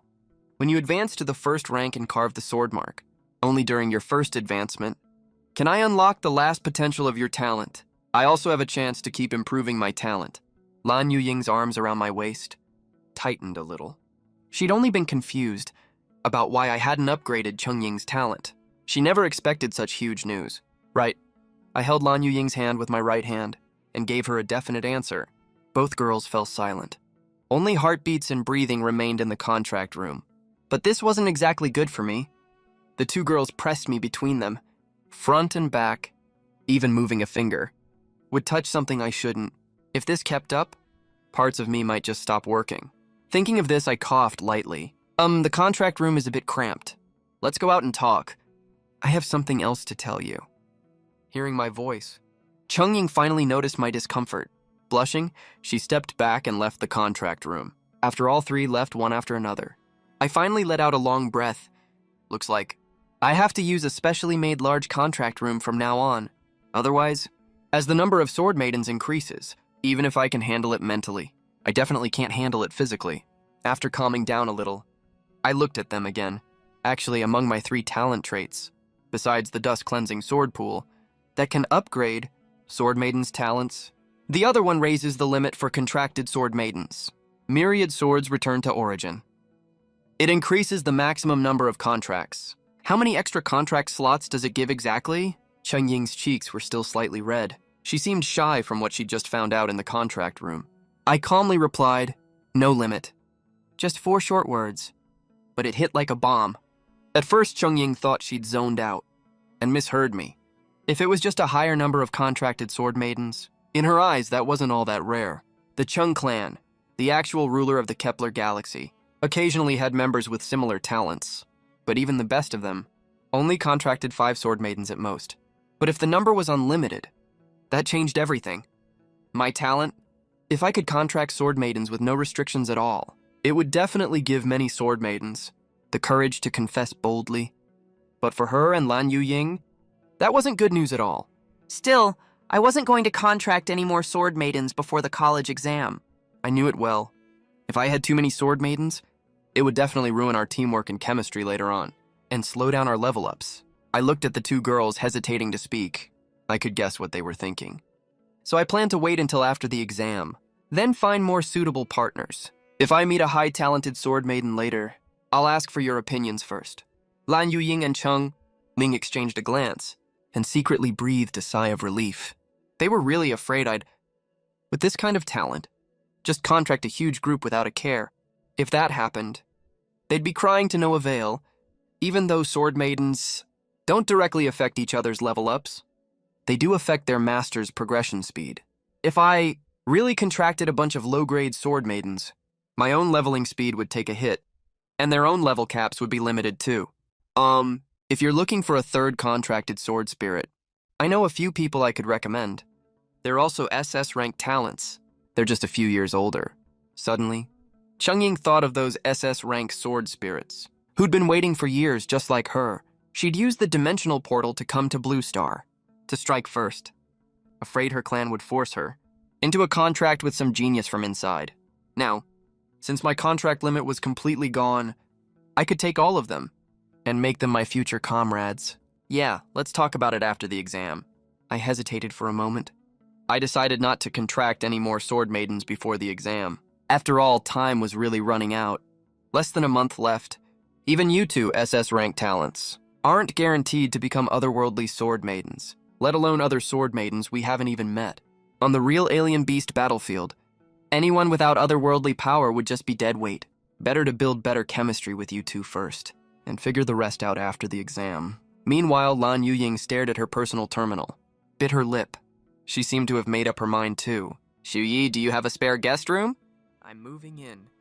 Some were happy, others worried. Right now, inside an office, Chen Xuhua, after dealing with a swarm of reporters, called Governor Hichiguang's work number. What? Zhu Yi killed a gang member in a fight. Is he hurt? In the conference room on the other end, Hichiguang, who'd been resting with his eyes closed, snapped his eyes open.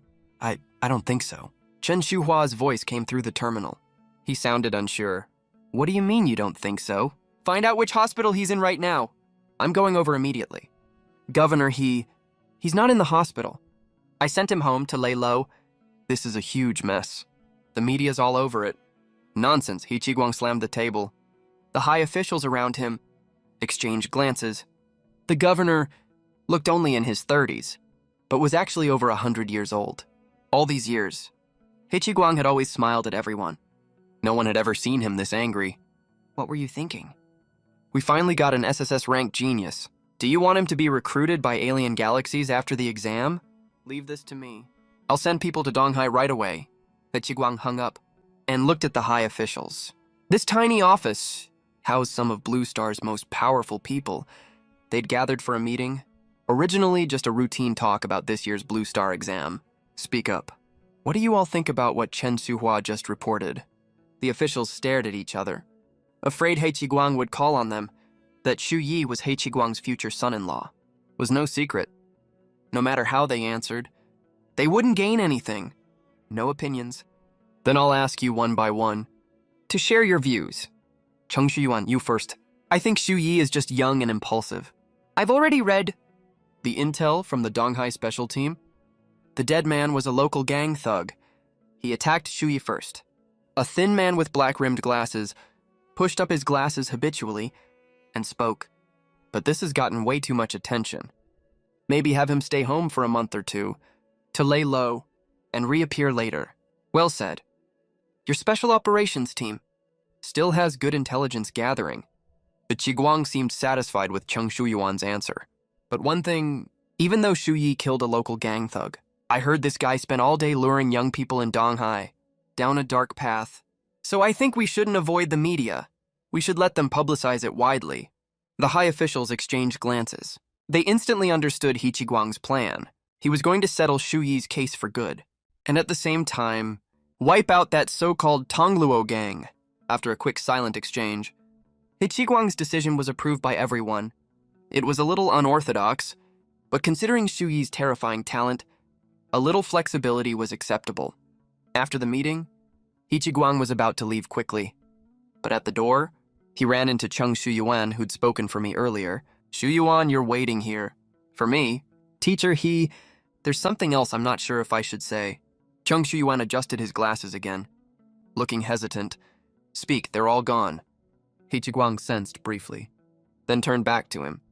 "I just received, more intel from the Donghai Special Ops. Xu Yi and that dead thug fought over the eldest daughter of the Chong clan. They seem pretty close." "Which Chong clan?" At first, Hichiguang didn't get what he meant, but he quickly realized, for someone at their level as sword warriors, in the entire human federation, there was only one Chong clan worth.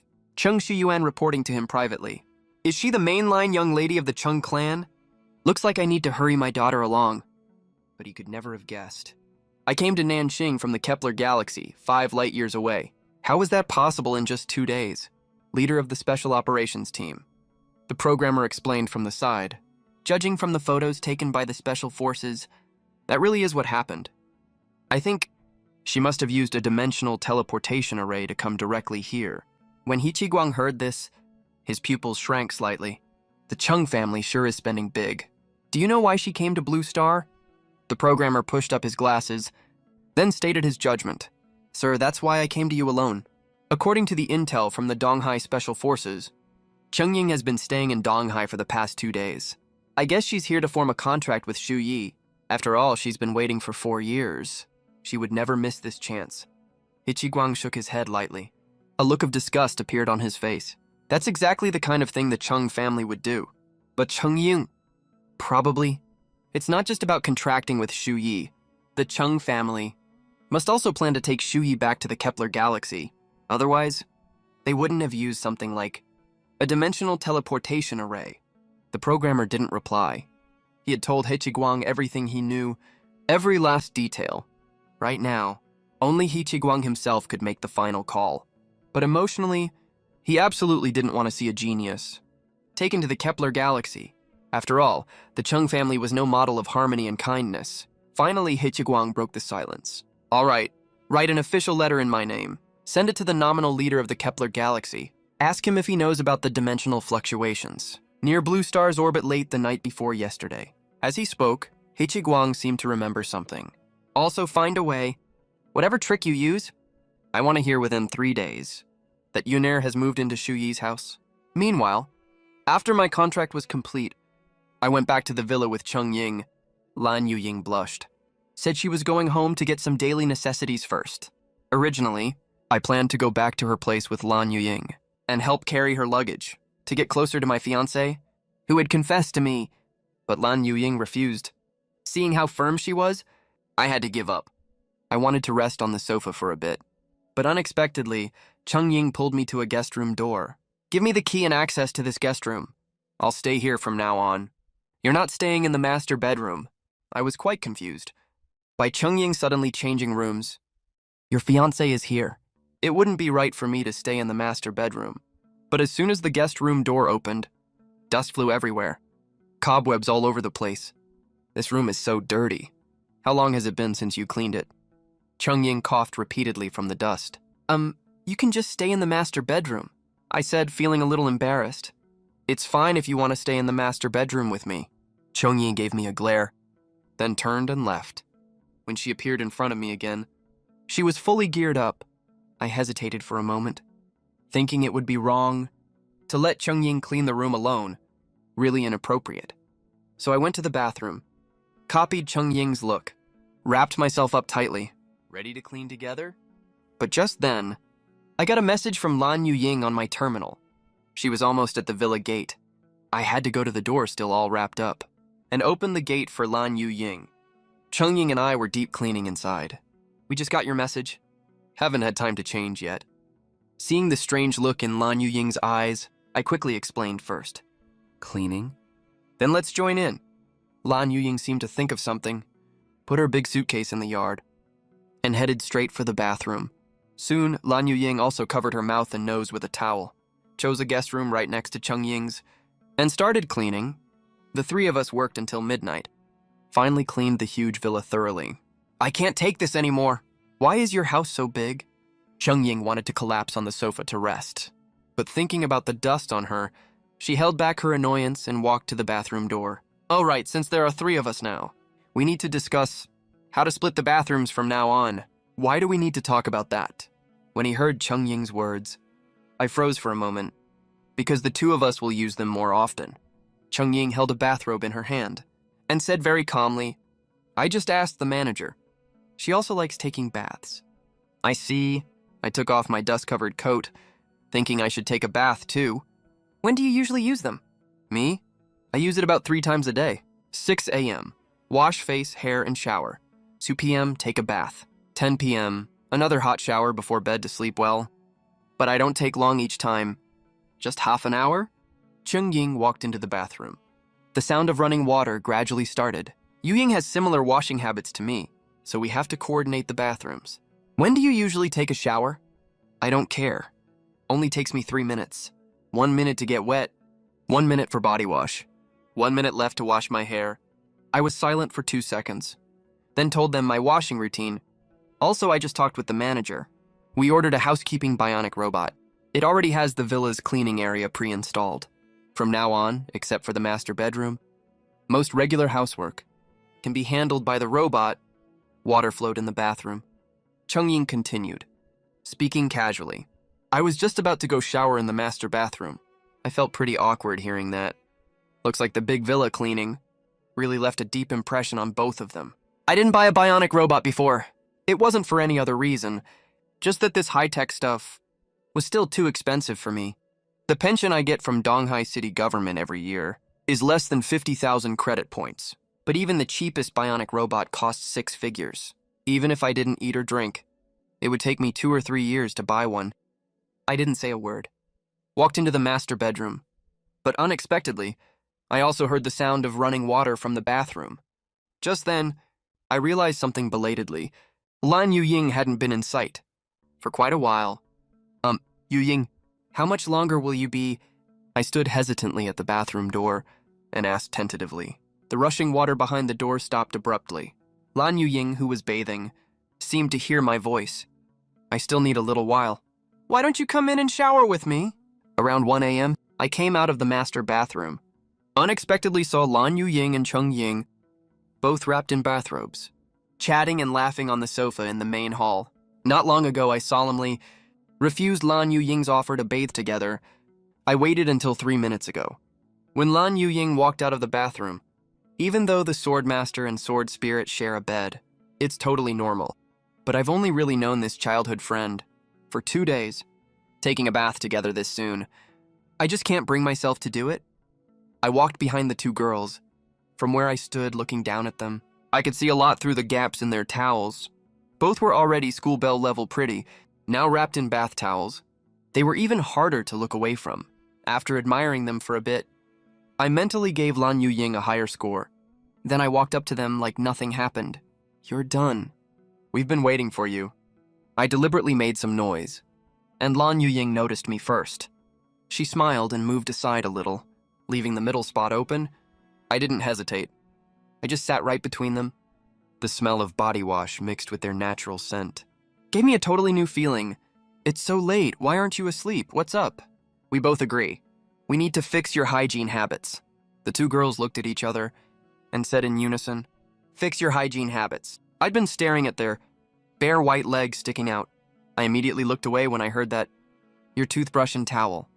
I already threw them in the trash. I'll get you new ones tomorrow morning. Chung Ying pointed toward the bathroom. These personal items, I'll replace them for you every 3 days from now on, to keep germs from growing. Come on, really? I instantly felt weirded out. Normally, These things... only need to be changed every 3 to 6 months, right? Your standards are way too high. Why not? If you don't change your bed sheets and covers often enough, there will be tons of mites. When you lie in bed at night, what if mites crawl on you? Before Chung Ying could reply, Lan Ying frowned too.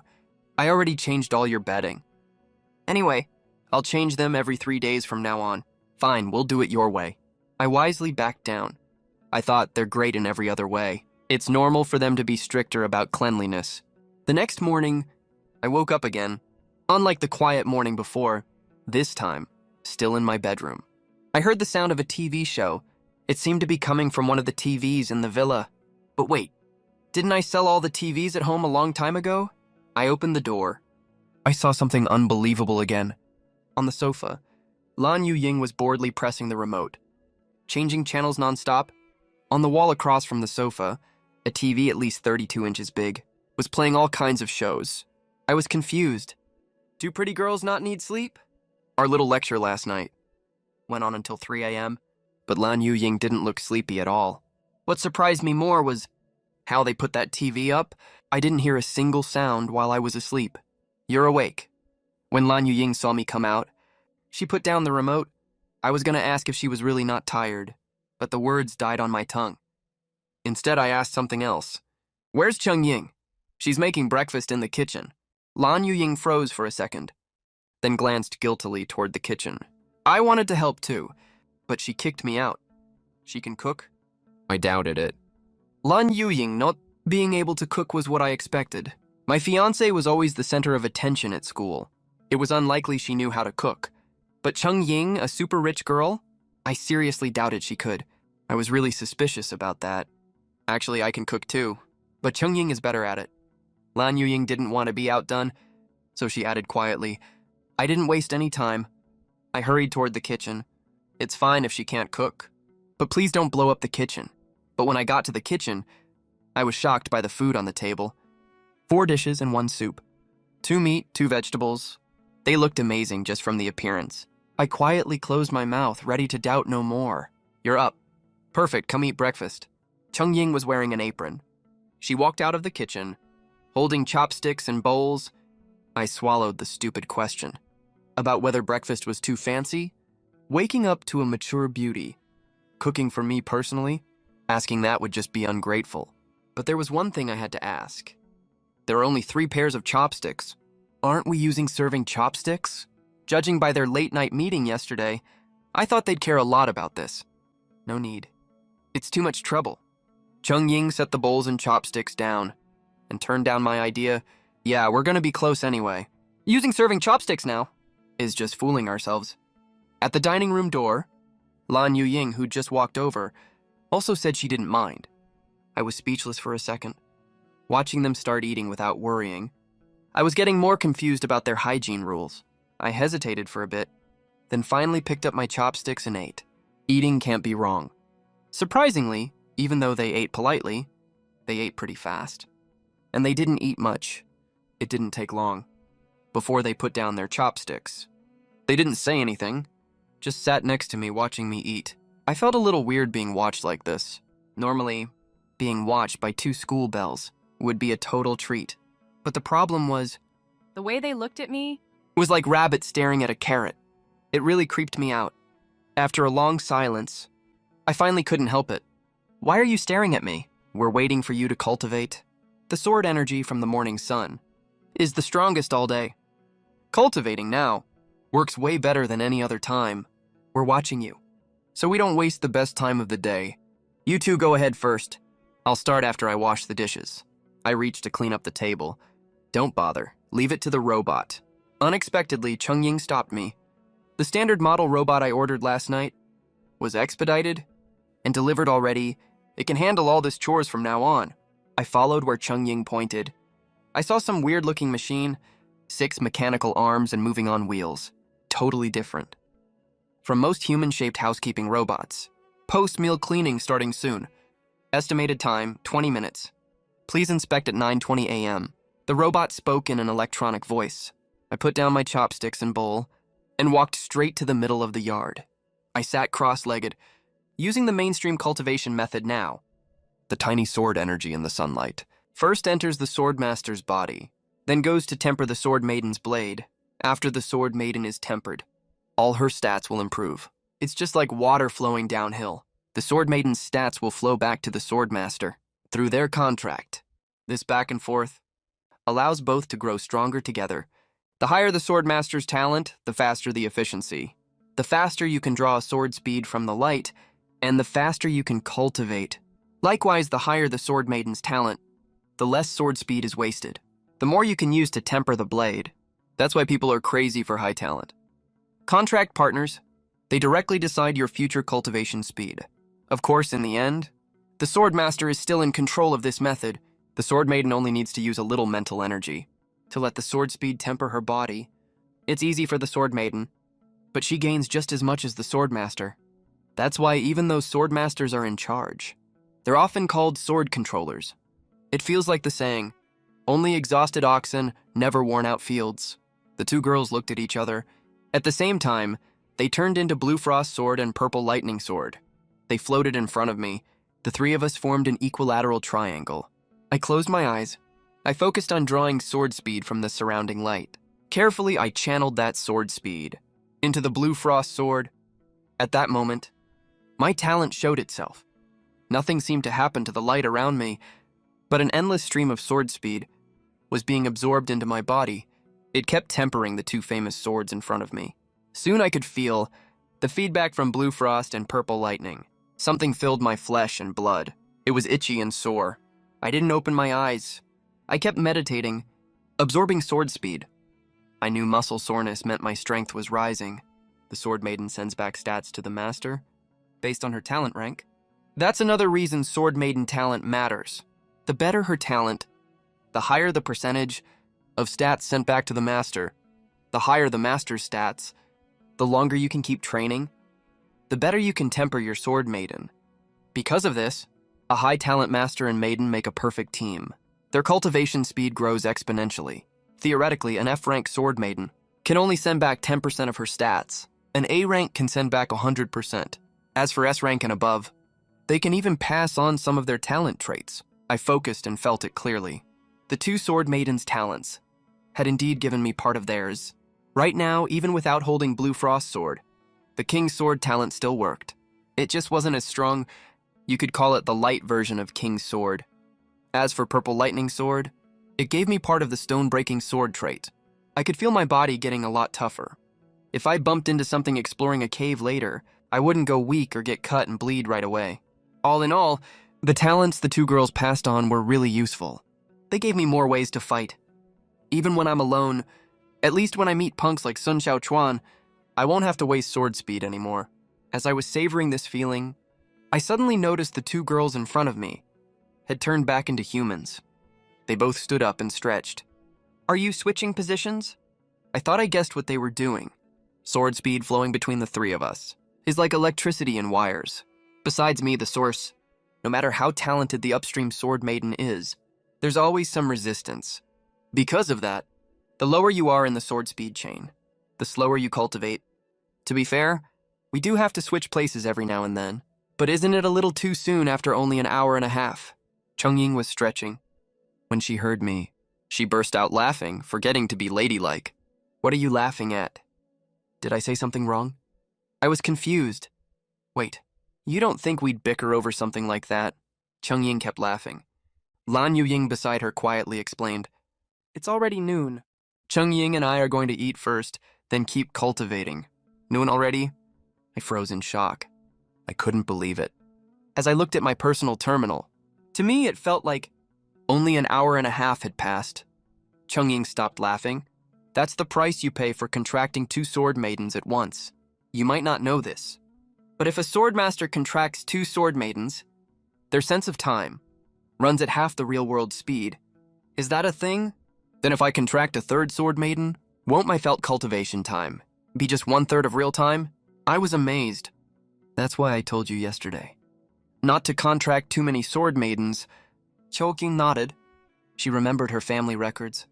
There was a genius who contracted 5 sword maidens. Her face turned serious. That genius was once a top prodigy, but she misjudged her limit. Her body was badly damaged. In the end, she lived an ordinary life. After hearing her, I fell deep in thought. Slowed time perception is a real problem. All right, let's not talk about such heavy stuff. Let's decide what to have for lunch. Seeing the mood turn gloomy, Lan Ying jumped in and changed the subject. The fridge is almost empty. Let's just order takeout for lunch. I'll go to the nearby supermarket later. We'll cook at home tonight. Ying caught on right away. She went along with Lan Ying and talked about lunch plans. As total cooking amateurs, Lan Ying and I had no complaints. After lunch, the two girls each took a bathroom by silent agreement. Suddenly, Chong Ying stood at the bathroom door and told me, "Yu Ying and I are going to take a bath." I ordered a fitness speed tester. It should be here any minute. If it arrives while we're still bathing, please open the door and sign for it. Soon my personal terminal alerted me to the villa's security system. A stranger was at the gate. I opened the door. A familiar figure came into view. I opened the door and saw someone familiar. A familiar face appeared before me, but when I saw the box by her feet, I suddenly realized, unexpectedly, Hiyu looked insulted. Her face turned bright red. "Who are you calling a delivery girl?" Hiyu's whole body was shaking. She kicked the box hard, then turned and ran away crying. Wasn't she here to deliver the fitness speed tester? I was confused. If Hiyu wasn't delivering the package, why did she come to my door? I opened the box doubtfully. Inside was a device that looked like a blood sugar meter. It clearly said, "Portable fitness speed tester. What's wrong? Is the tester broken?" Lan Ying walked over with a towel on her head, curious about what was going on. "Nothing's wrong. I just saw someone I know." I picked up the box and walked back into the villa. "Someone you know?" Lan Ying looked confused. "That bitch who hates me. The one I told you about the other day." I have no idea why she showed up at the door. It was Hei Qiguang's precious daughter, Hei Yu. "Are you here to deliver the package?" I was confused at first. I put the box on the bench. I turned back and said to Chong Ying, "Then where is she?" Lan Ying walked out of the villa gate. She looked around, but there wasn't a single person in sight. So she looked back at me. I have no idea. I thought she came to deliver the speed detector. But as soon as I said that, she turned around and ran off. I'm confused too. Ever since I first met Hiyuer, she's acted like we're mortal enemies. Could that girl be like Chong Ying? Trying to make a contract with you. Lan Ying looked me up and down. She pieced together a possibility from my words. I shook my head like a rattle. No way she actually wants a contract. Even if she's not like Chong Ying, she'd at least say it to my face. Who meets you and runs off right away? Just as Lan Ying was about to say something, Chong Ying's voice came from behind. "The sword speed detector is here. Let's test Shui's sword speed level." "How does it work?" I asked curiously. Watching Chong Ying mess with the detector. "Just stick it on your carotid artery. Don't worry. It's only a portable model. It uses a blood test for better accuracy." Chong Ying pressed the device to my neck. 114 mana. The number popped up on the detector screen. Mana is the special unit for measuring sword speed.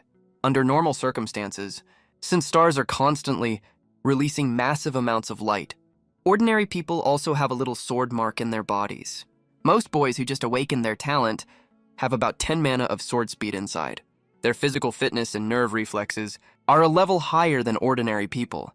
The standard for a first-order swordmaster is having 100 mana in the body, and the contracted sword maiden has already formed the initial sword mark. My 114 mana clearly already passed the first-order line. In other words, just based on the sword speed standard, I'm already a first-order swordmaster. This result left the two girls a little stunned. I've only been training for one morning. My upper limit of sword speed has already crossed the first-order threshold. If all those F-rank talents, who trained for years without breaking through, found out, their hearts would probably shatter on the spot. "So how good is my sword speed?" I asked when I saw them staring silently. I couldn't help but speak up. 114 mana. You've crossed into first order." Chong Ying carefully put away the device, speaking with a complicated look. "Put it this way. I've lived in the Kepler galaxy for 20 years. Among everyone I've ever met, no one has trained faster than you. Even in the Chong family, anyone who breaks through to first order in a month gets key family support." I nodded. After all, I have SSS-Rank talent. It makes sense I train faster. But Chong Ying talking about family key support surprised me a little. "By the way, did you feel this morning any lag when absorbing sword speed at some point?" Chong Ying suddenly remembered something she'd only read in textbooks. She quickly asked me again. I shook my head. This morning, not only no lag, the sword speed and the surrounding light rushed into my body like it had found its home, even though she expected it. Chong Ying still froze slightly. Under normal circumstances, no matter how good the talent, breaking the sword speed limit from 99 to 100 mana always brings some kind of resistance. That's normal when breaking through a rank.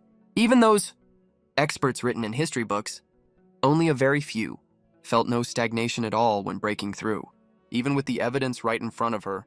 When I personally confirmed This textbook-only phenomenon.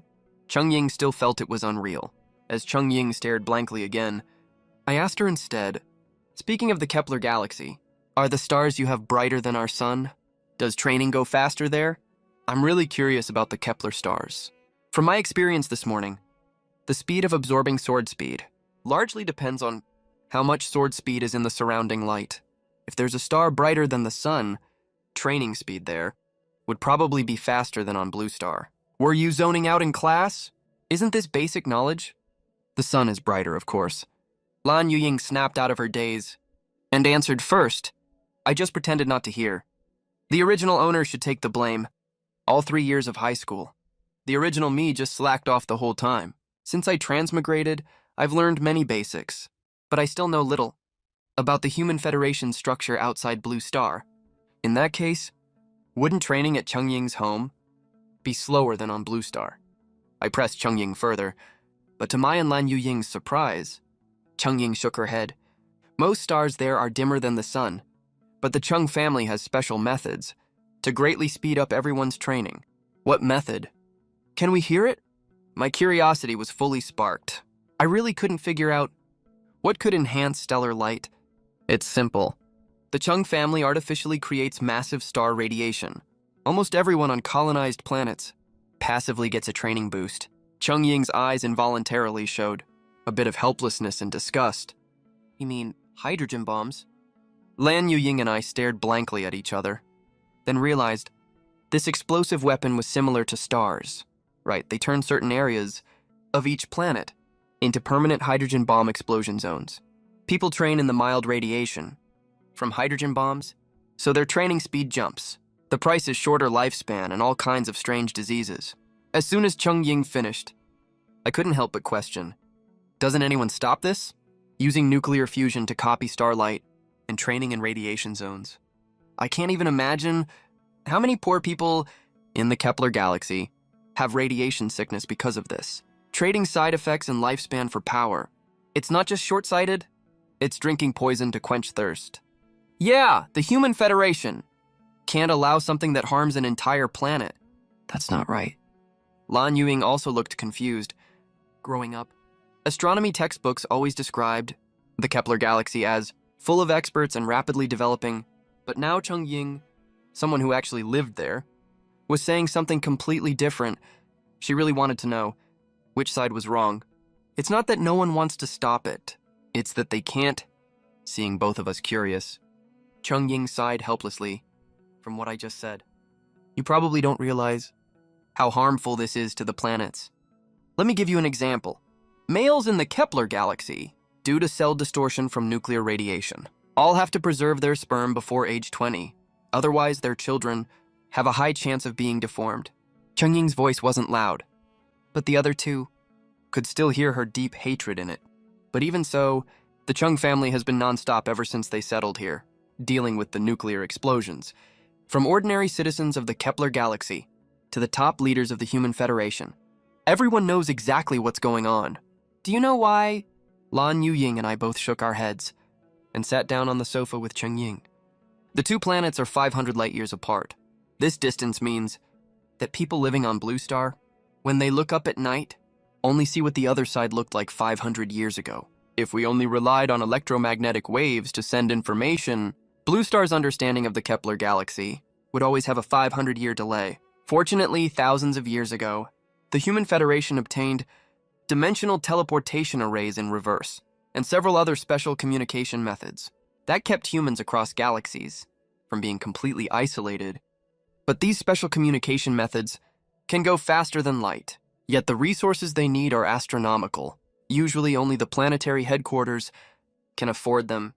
With such high communication costs, Lan Yuying's knowledge of the Kepler galaxy is limited to just a few lines from textbooks.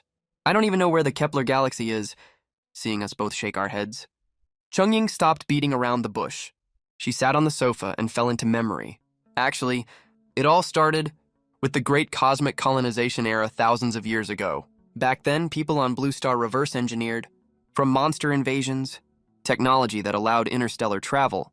They even discovered Kepler 186f, the first habitable planet in the Kepler galaxy. Right after that, a massive interstellar migration began. Lan Ying listened carefully. The history Chong Ying just told was no different from what she learned in textbooks. But later people found out that near every star in the Kepler galaxy, there are permanent dimensional rifts. The star in the 186 system is no exception. In fact, it has 3-dimensional rifts. As she spoke, Chong Ying glanced at me. Seeing no reaction from me, she kept talking. You've probably read the rest in textbooks. To keep the monster territories behind those rifts from threatening ordinary immigrants, the head of the Chong family, one of the 6 forbidden lands, moved hundreds of his family members here. As the first group of settlers, they planned to spend generations of the Chong family cleaning up the territories behind the rifts. Wait a second. Hold on. What does that have to do with using radiation to speed up cultivation? Seeing Chong Ying was about to recite the whole textbook. From start to finish, Lan Ying quickly cut her off. She didn't want to spend the whole day hearing about the Chong family ancestors. We still had to keep training this afternoon. Chong Ying froze at Lan Ying's voice, awkwardly brushing her hair. Fine, I'll make it short. Our ancestors' plan went wrong. Behind those 3 rifts was actually one huge dimension. 200 years later, he passed away, and the Chong family still hadn't cleared out the monsters. So the invaders struck back. I could guess what happened next. Right. During those first 200 years, the planet had welcomed and raised tens of millions of immigrants, even knowing a massive invasion was coming. The Human Federation couldn't do anything to move so many people to other galaxies. They had to let the Chong family do what they did next. Chong Ying nodded and explained the rest. I stayed quiet. So that's how it was.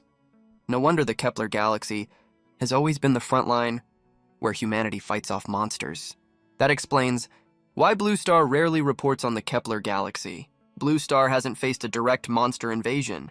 In nearly 1,000 years, people still enter other dimensions to fight monsters when they meet them. But most ordinary people are used to peaceful life. If regular people found out what's going on in the Kepler galaxy, who knows how much chaos would break out? What about now? It's been 800 years since the passing of the Azure Phoenix Sword Emperor. Haven't the invaders behind the rifts been cleaned up yet? As I was thinking, Lan Ying kept asking like a curious kid. Unexpectedly, Chong Ying shook her head again. It's way worse than not being cleaned up. For the past 200 years, the Chong family can barely even hold the rift exits.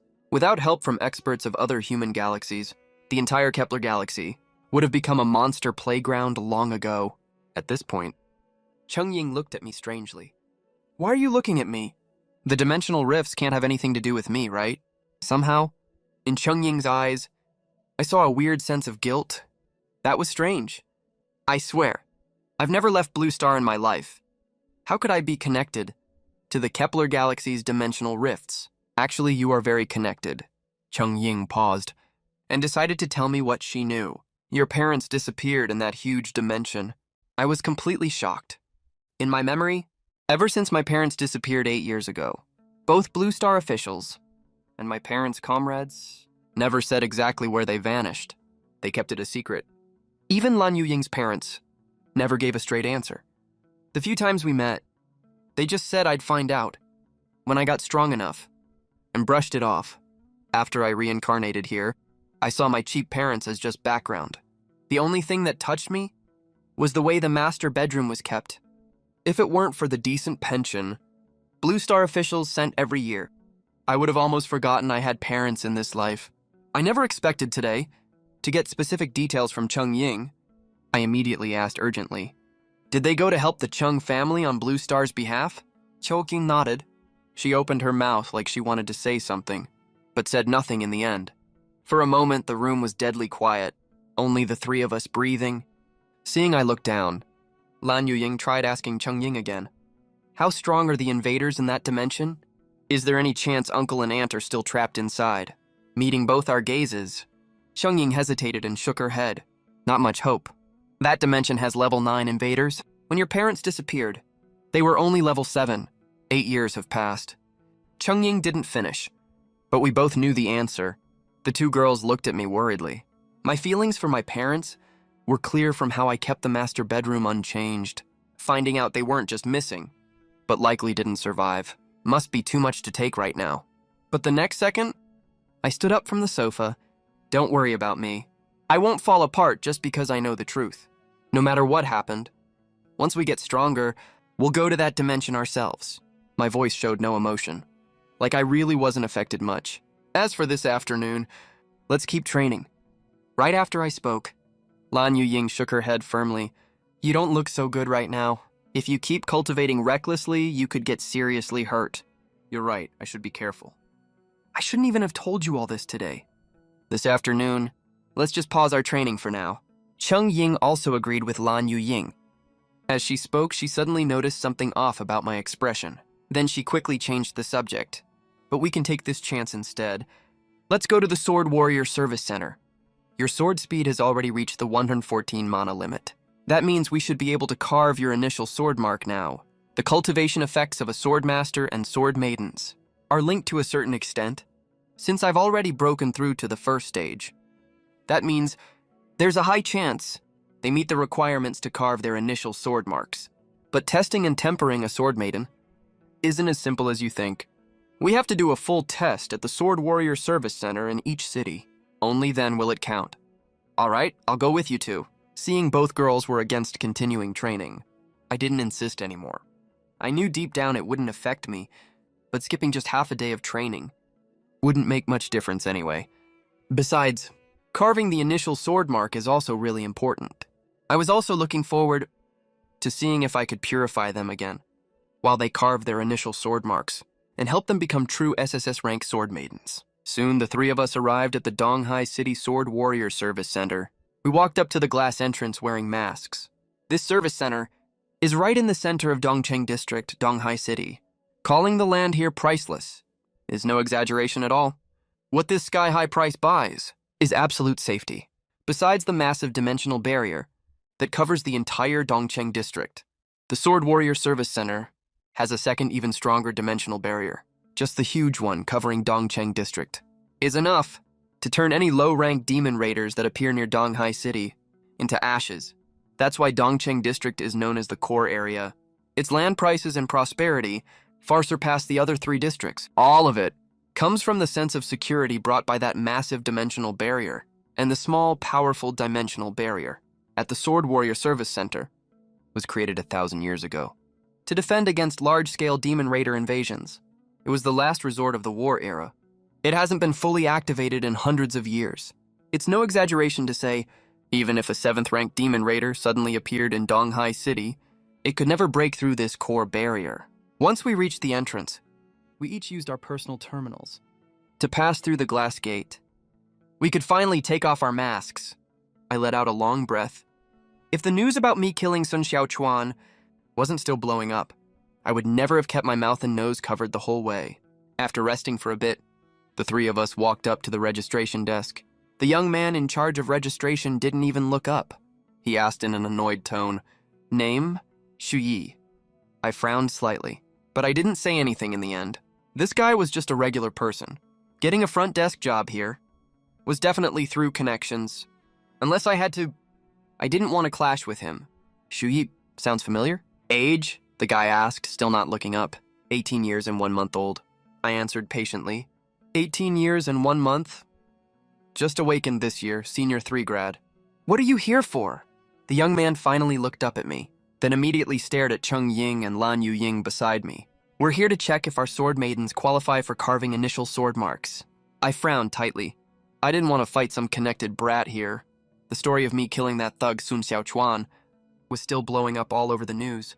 If Principal Chen Zhuhua hadn't used all his influence, I would have ended up in jail at least once already. If I got into a fight with this guy and it got exposed, even Principal Chen's connections wouldn't be enough to fix it. I knew that much. Nonsense, you're a student from Donghai First High, right?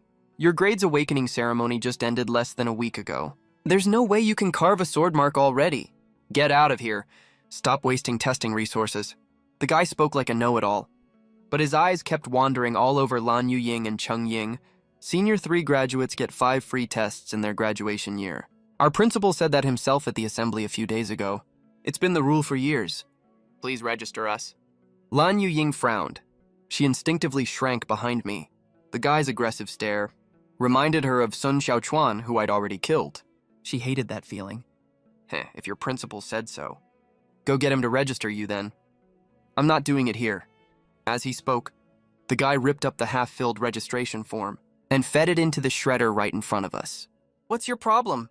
I narrowed my eyes slightly. No problem. Just following the rules. You gonna threaten me or something? The guy acted all casual, but his eyes stared even more brazenly at Chong Ying. You're lying! Free tests for Senior 3 graduates has been the policy between the school and this center for years. You're just refusing to register us on purpose. Lan Ying had been hiding behind me, but when she saw him shred the form right in front of us, she couldn't hold back anymore. I didn't get any notice. How about this, little girl? Add me on your personal terminal. We can have a drink tonight. I'll see what I can do for you tomorrow. How's that sound? The guy leaned back and crossed his legs. He wasn't even hiding his dirty intentions anymore. She's my sword maiden. Show some respect. My face turned cold. I couldn't believe I'd run into this kind of scum everywhere. It was infuriating. Childhood sweethearts. I get it. Won't bother you then. The guy leaned forward with a creepy smile and quickly shifted his gaze to Chong Ying. How about this? I think your sister's pretty hot too. Let her have a drink with me tonight. How about that? Sorry. I'm also his sword maiden. Don't talk nonsense. Chong Ying's eyes turned icy. She looked at him like he was a talking corpse. You two are pretty funny. There's only one sword warrior above S rank from Donghai First High this year. You're not saying he's that genius, are you? The guy looked like he just heard the funniest joke ever. He made an exaggerated face and pointed right at me. I bet you don't even watch the news. Go check the hot search on your personal terminal. See if that genius you're talking about is named Shu Yi. My expression turned even colder. Daring to hit on my sword maidens right in front of me. The last guy who did that ended up dead. If this wasn't the Sword Warrior Service Center, I would have attacked already. You almost got me with that lie. The young man crossed his legs and shook them up and down. His tone was full of mockery. Too bad I got inside info. That genius already signed a contract with the daughter of Heichiguang, the current governor of Blue Star. You still trying to fake your way out of this? You're just dreaming. Hearing this, I was confused. When did I ever sign a contract with the governor's daughter? How come I, the person involved, don't know a thing? But before I could react, the young man behind the glass window spoke again in an arrogant tone. You're probably wondering who I am and how I know all this. I'll be honest with you. My grandpa is the chief executive of East Sea City. Gao Biao, all the secrets you don't know. I know every single one of them. Nice act, kid. If that were someone else, you would have been knocked flat already. The young man grinned arrogantly. He was completely unaware that he was already standing at death's door. You really want to die that badly? My voice was ice cold. The aura around me was starting to change. Shui, don't. Lan Ying quickly grabbed my arm. She was afraid I would really lose control here. Ha ha ha, so scary. The guy threw his head back and laughed. You think you're some big shot? This is the Sword Warrior Service Center! You want to start something here? Go ahead and try. I'll have you thrown in prison in minutes. He was acting more and more arrogant. He even stood up and leaned over the desk. What are you glaring at? If you're smart, let your sister and girlfriend have a drink with me. Then I'll take you as my brother-in-law. This mechanical watch on my wrist will be my gift to you. As he spoke, the young man casually showed off his mechanical watch to the three of us.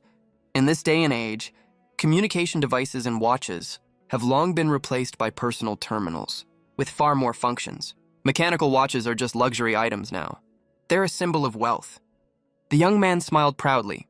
He thought he'd already see me groveling over that stupid watch. Over the years, at the service center, he'd met plenty of young sword warriors willing to sell their partners just for a watch like this, even though he was just a normal person.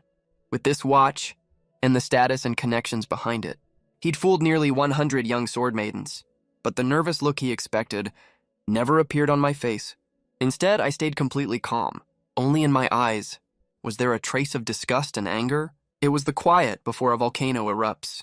Did you trick all those newly graduated sword warriors the same way?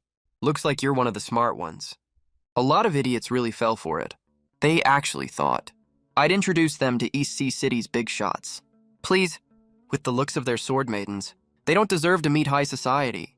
The young man's smile faded. He spoke in a condescending tone. I like smart guys like you, since you know how I work. Let's cut to the chase. Let the 2 girls beside you spend one night with me. In return, you get 30,000 credit points. Fair deal. But I didn't reply. I only reason with living people. I never waste time on corpses. I looked the young man up and down. Then I looked away. I held Lan Yu Ying's delicate hand. In the next second, the Qing sword appeared in my hand. I thought you were smart. Turns out you're just a hot-headed kid. Daring to start a fight here. You have no idea how tough the law enforcement team is. The young man glanced at me with contempt. Then he closed his eyes. Save your strength. The glass in this counter is specially made. It absorbs almost all impact. Not even a senior 3 student, who just awakened a few days ago, can break it. Not even a level 3 professional can destroy it. Without the right method.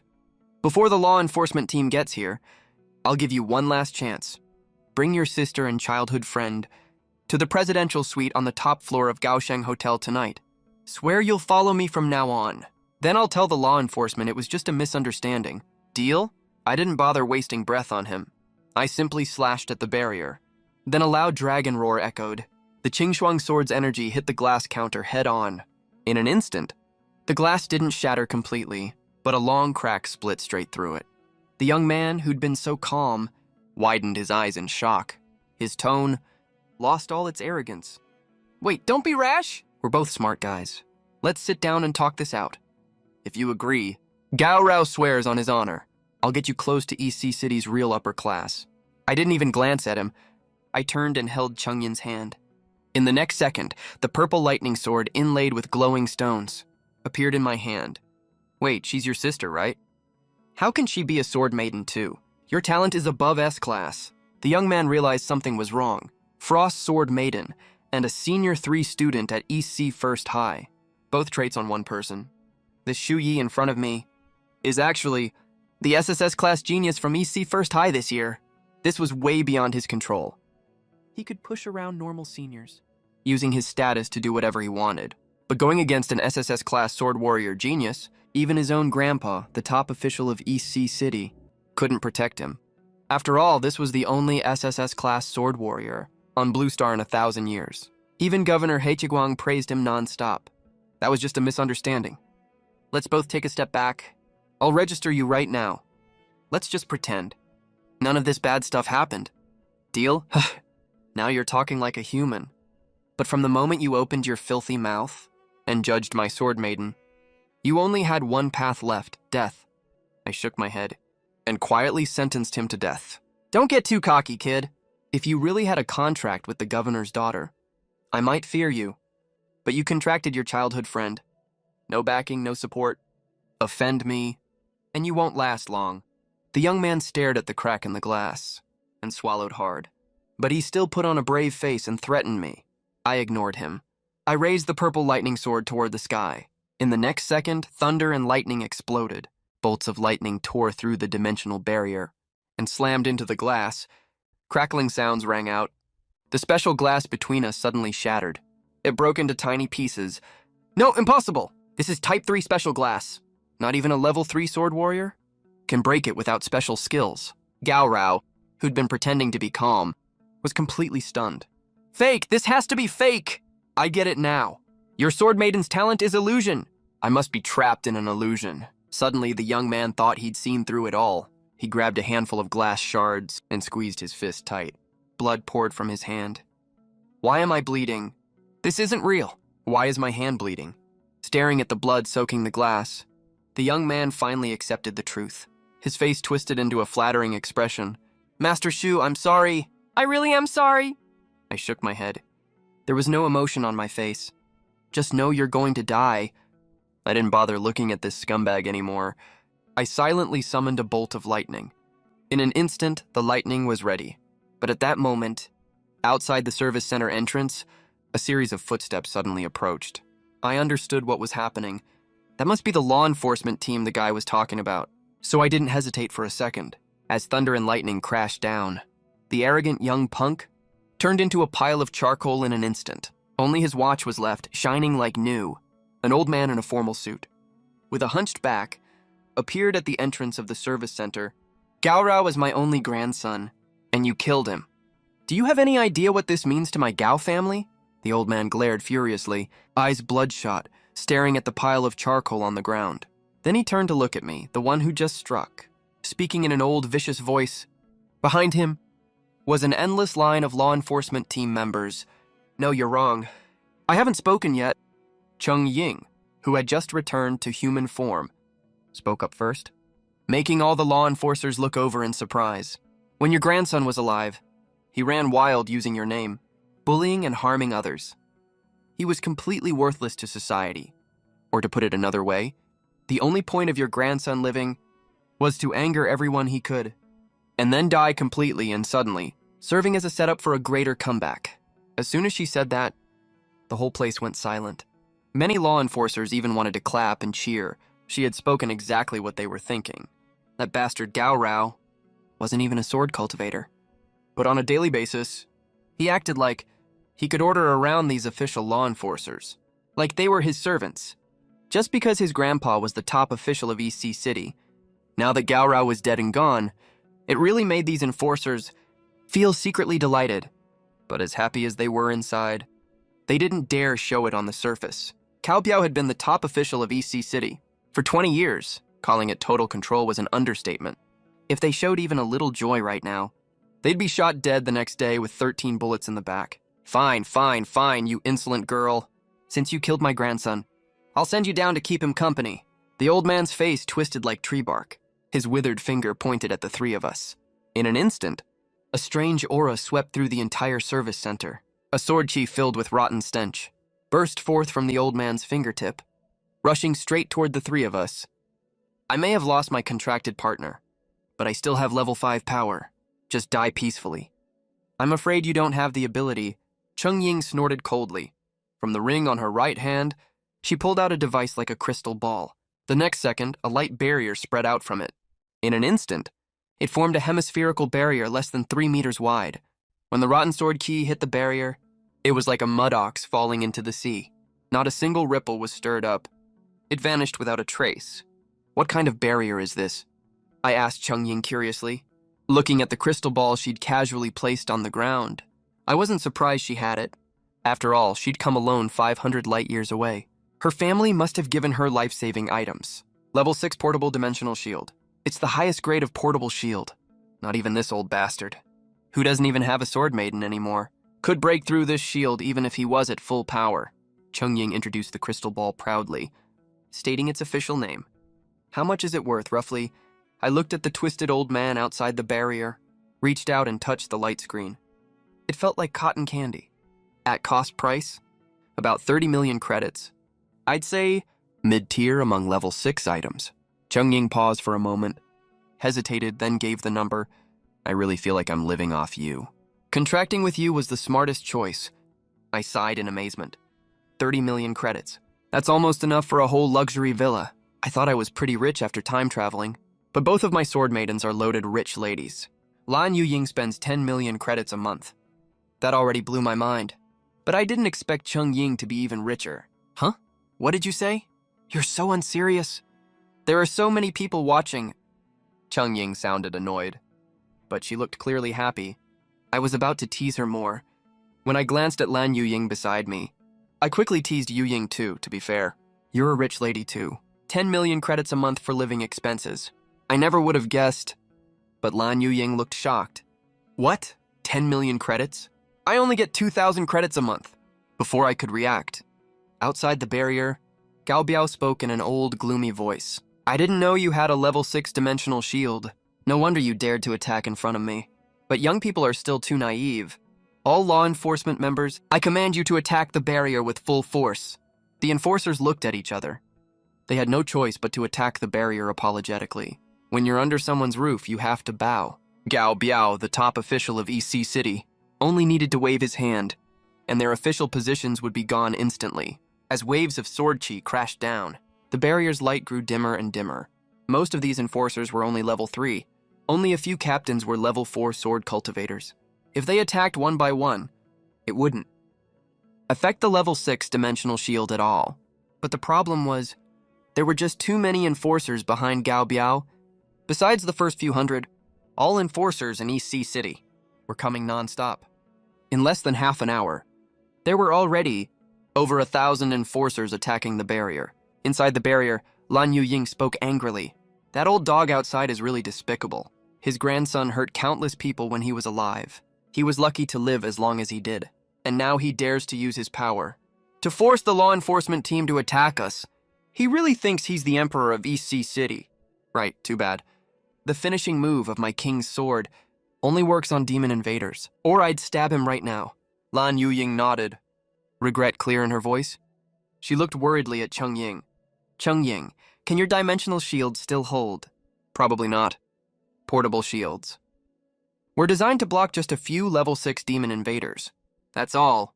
With so many people attacking nonstop, I estimate in 10 minutes at most. The shield will break completely. Chong Ying spoke calmly. But don't worry. When this one's gone, I'll just replace it. I have many more shields in my ring. With that, another crystal ball appeared in Chong Ying's hand. She placed the new one on the ground. The fading barrier instantly returned to full brightness. Even brighter than before, I, who had been listening quietly, twitched my mouth, once again feeling the true meaning of being absurdly rich. Kokyo Outsider was still trying to use his power to break Chong Ying's level 6 portable dimensional shield. Little did he know Chong Ying could just take out another one whenever she wanted. Outside the barrier, Gao Biao's loose face wrinkled up. He shouted in a hoarse voice, "Who exactly are you? Ordinary people can't possibly pull out dimensional shields like this. Which family are you from?" "You don't deserve to know." Chong Ying snorted coldly. She didn't even glance at Gao Biao, because in her eyes, Gao Biao wasn't even worthy. In the Kepler galaxy, not to mention the chief administrator of a city, even the governor of an entire planet, would have to speak to her respectfully. Fine. You don't really think I can't do anything to you, do you? I've been in charge of the East Sea for years. I have plenty of ways to deal with you. A weird smile twisted onto Gao Biao's face. Pass my order. The Sword Service Center is under Yuan Ku invasion. Tell the Tech Center team to launch a mini banishment storm here in 10 minutes. As soon as Gao Biao finished speaking, before the three of us could react, the law enforcement team erupted into chaos. Administrator Gao, this isn't appropriate. Using a strategic weapon under the pretense of a Yuan Ku invasion. The higher-ups will definitely investigate this later. The officers murmured and pushed each other around, finally picking 2 temporary representatives. They voiced their objections to Gao Biao. Forced by Gao Biao's long-standing tyranny, they could even attack the light barrier against their conscience. But using the banishment storm in secret, without the Blue Star Council or headquarters knowing, everyone present, every single one, would be sent to the most dangerous origin prison dimension for colonization later. The mini banishment storm can force all matter in an area to be banished to another dimension because of its extreme destructive power. This weapon, like long-range dimensional teleportation arrays, is under strict control, under normal circumstances. As a precaution, even if all administrators of a city agree, the head of the tech center has the right to refuse the order and won't be punished afterward. But in East Sea City, Gao Biao had been chief administrator for far too long. The head of the tech center had long become Gao Biao's puppet. But the next second, with a splat, one temporary representative stared at Gao Biao in disbelief. His hands weakly covered his stomach. He never imagined Kohyo would attack him directly. Watching the representative's body stiffen and fall backward, Gao Biao ignored the blood on his right hand and the fragments of organs. Instead, he grinned even more chillingly. Who else? Who dares disobey my order? He's your example. The noise vanished instantly. The officers all lowered their heads, afraid to meet Gao Biao's eyes. They knew if they helped Gao Biao use the banishment storm, they'd probably be held accountable later. But if they opposed him, they'd die right now. Kohyo nodded in satisfaction. He looked at the other, trembling temporary representative. He patted his shoulder. Go. Tell Director Wu of the Tech Center to calculate the coordinates. Launch the banishment storm in exactly 10 minutes. The surviving representative stared at Gao Biao in terror, wiping the blood onto his clothes. He stumbled toward the door.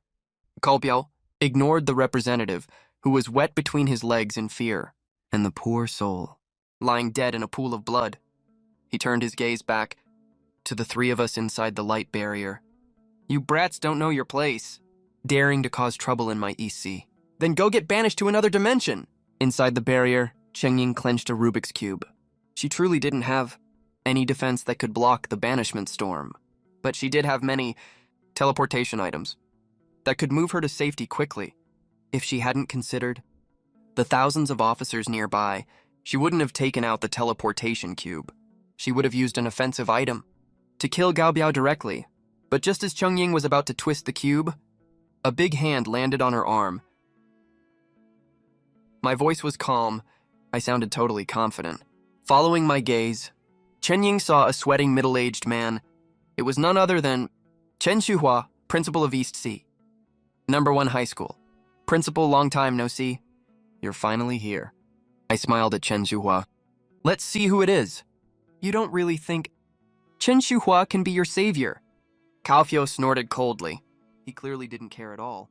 As the top leader of East C City, during usual meetings, he would listen to Chen Shuhua's education reports, with his eyes closed. Their political statuses were worlds apart. The law enforcement members present would never take orders from Chen Shuhua across systems. Chen Shuhua, don't interfere with my duty. Otherwise, I have reason to suspect you're covering for your students. I'll arrest you as well. However, Chen Shuhua, who was usually obedient, suddenly became extremely tough. Cao Biao! I'm not here on my own behalf. I'm here to deliver the governor's oral order. Chen Shuhua scanned the surrounding law enforcers, then directly projected the chat log from his personal terminal.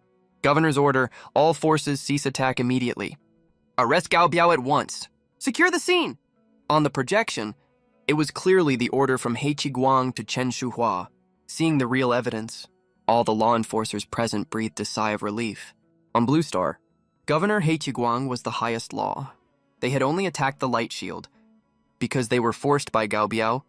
Now with the governor's order, they could stop, no longer worrying about being exiled to the UN Code dimension later. Gao Biao, give it up. Give up now. Given your years of service, the governor won't do anything too harsh to you. You can retire in peace. Chen Shuhua looked at Gao Biao, his voice full of regret. Once, even trying to send gifts to a top official like Gao Biao, he wouldn't even get a reply.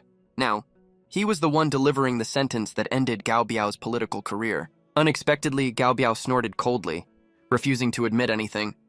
The governor's order, I think you clearly faked it. You doctored the chat logs on your personal terminal. Otherwise, why wouldn't the governor come himself? If you have no proof, don't blame me for being ruthless. I think you're in cahoots with these 3 students. Not only did you cause a scene at the Sword Warrior Service Center, you even dare to fake the governor's order. Then you'll be executed here with them. As he spoke, Gao Biao's right fingernail dug into his palm. A few drops of black blood oozed out, and he immediately slashed at Chen Shuhua. With a black-red decaying sword aura, Chen Shuhua was horrified. Gao Biao wasn't just reckless, he was completely insane. If attacking me was just harming a human genius, he could still lose his post and get away safely, but attacking someone bearing the governor's order was like attacking an imperial envoy. It was basically outright treason. He hurriedly activated his sword speed, barely managing to cancel out the black wind filled with rot and death. Seeing that Gao Biao was about to attack again, Chen Shuhua's anger finally ignited completely. Both were rank 5 powerhouses. Both had switched to administration after losing their sword maidens. Politically, he was indeed lower ranked than Gao Biao, but if they really fought, no one could say who would win. You old dog, Gao Biao. I've put up with you for far too long. You always take benefits, but get nothing done. Do you really think you're the emperor of Donghai? Chen Shuhua didn't back off. Instead, he moved forward. He started fighting Gao Biao. The two were evenly matched for a while. 2 level 5 powerhouses were going all out. The law enforcers nearby were having a terrible time. Logically speaking, these law enforcers should help Chen Shuhua take down Gao Biao quickly.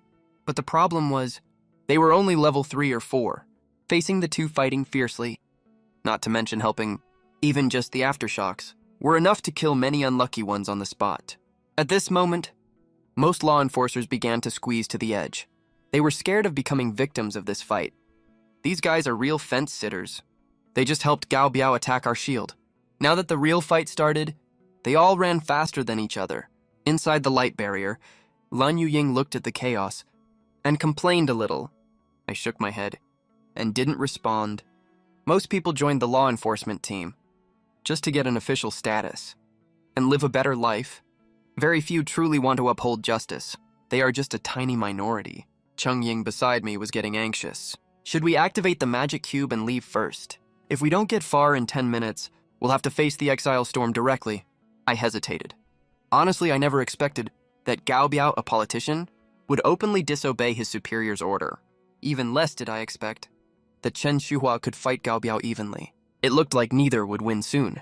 I was about to nod in agreement when I suddenly noticed something wrong. The chaotic law enforcers suddenly fell completely silent. Gao Biao, you think the message on your terminal is fake? I'm here in person now. Do you want to verify it? I, for one, I'm not fake. I looked toward the voice. A man who looked just over 30 years old had an imposing presence. His voice carried inexplicable authority. I was a little shocked. I heard Governor He Chiguang was nearly 100 years old. I thought he'd be a white-haired old man. But seeing him in person today, he looked way too young. But that wasn't the most surprising part. When I looked at the girl next to He Chiguang, I froze completely. The girl wore a purple dress. Her eyes were clear and bright. She just stood there quietly, giving off a noble and untouchable vibe. What caught my eye especially was her hairstyle. Her hair was tied up in a single ponytail behind her neck, then coiled over her right chest. This hairstyle really made people feel close to her involuntarily. It was like facing a noble yet kind young superior. But to me, this hairstyle brought back memories from my past life watching anime. Of course, what felt most familiar was the hostility in her eyes toward me. "Hey, you're," I blurted out. This girl who hated me at first sight had left a deep impression on me. That day, she had just beaten Zhang Guanghe, who challenged her. The students watching around were either jealous or admiring. Only He Yuner, a sword maiden from the medical department, stood far away, staring at him like he killed her father. It confused me for 2 whole days. Still shocked, I thought of Gao Rao's last wild words. I first looked at He Chiguang, then at He Yuner. The confusion in my mind gradually cleared up. This He Yuner, who had always been cold to me, was probably Governor He Chiguang's own daughter. You know her? Lan Yuying beside me looked at me curiously. She's the girl I told you about, who kept staring at me hostilely. I glanced outside the light barrier. He Chiguang moved his finger slightly. Gao Biao, who was fighting Chen Shuhua, fell to the ground instantly. His body twitched uncontrollably. The chaotic scene of thousands of law enforcers gradually returned to order. What level do you think Governor He is? I couldn't even see how he attacked.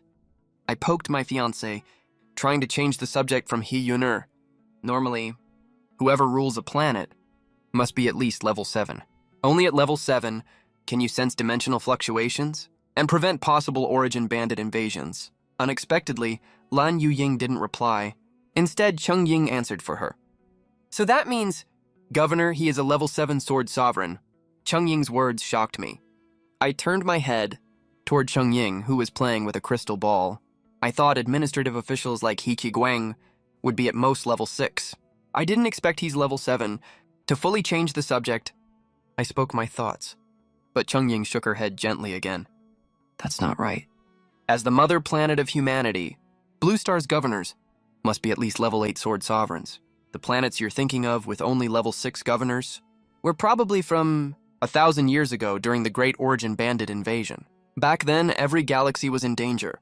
Naturally, requirements for officials were lower. I didn't respond. I really only knew little about this world. I was even used to being corrected many times. But I never imagined that fighting Gao Rao here today would end up summoning the #1 person of Blue Star. As I was thinking about how to greet this big shot, I suddenly felt a sharp gaze. I looked up. It was He Yuner, who had already been hostile to me, but when our eyes met, He Yuner looked away again. She looked wronged, like a little girl who was bullied but dared not fight back. So that means she was also the one standing at the door at noon. Lan Yuying watched us look at each other and look away, then carefully observed He Yuner outside. I nodded. Yeah, but I don't understand why she's been inexplicably hostile to me since we first met. I don't think she's hostile to you. She's hostile to Yu Ying and me. Chong Ying said quietly. If I'm not wrong, Uncle he urged her to make a contract with you, but she's unwilling. That's why she's acting so contradictory. No way. If she doesn't want to contract with me, how could Governor he force his own daughter? I didn't believe Chong Ying. It seems you still don't get it. From what I know about her, she actually wants to contract with you, but you already contracted me and you, Ying. That's why she's unwilling. Chong Ying brushed her hair away from her eyes and said her guess casually. I finally reacted hesitantly. You mean, she's a diehard pure love supporter. She doesn't want anyone else by your side. She doesn't want to share you with others.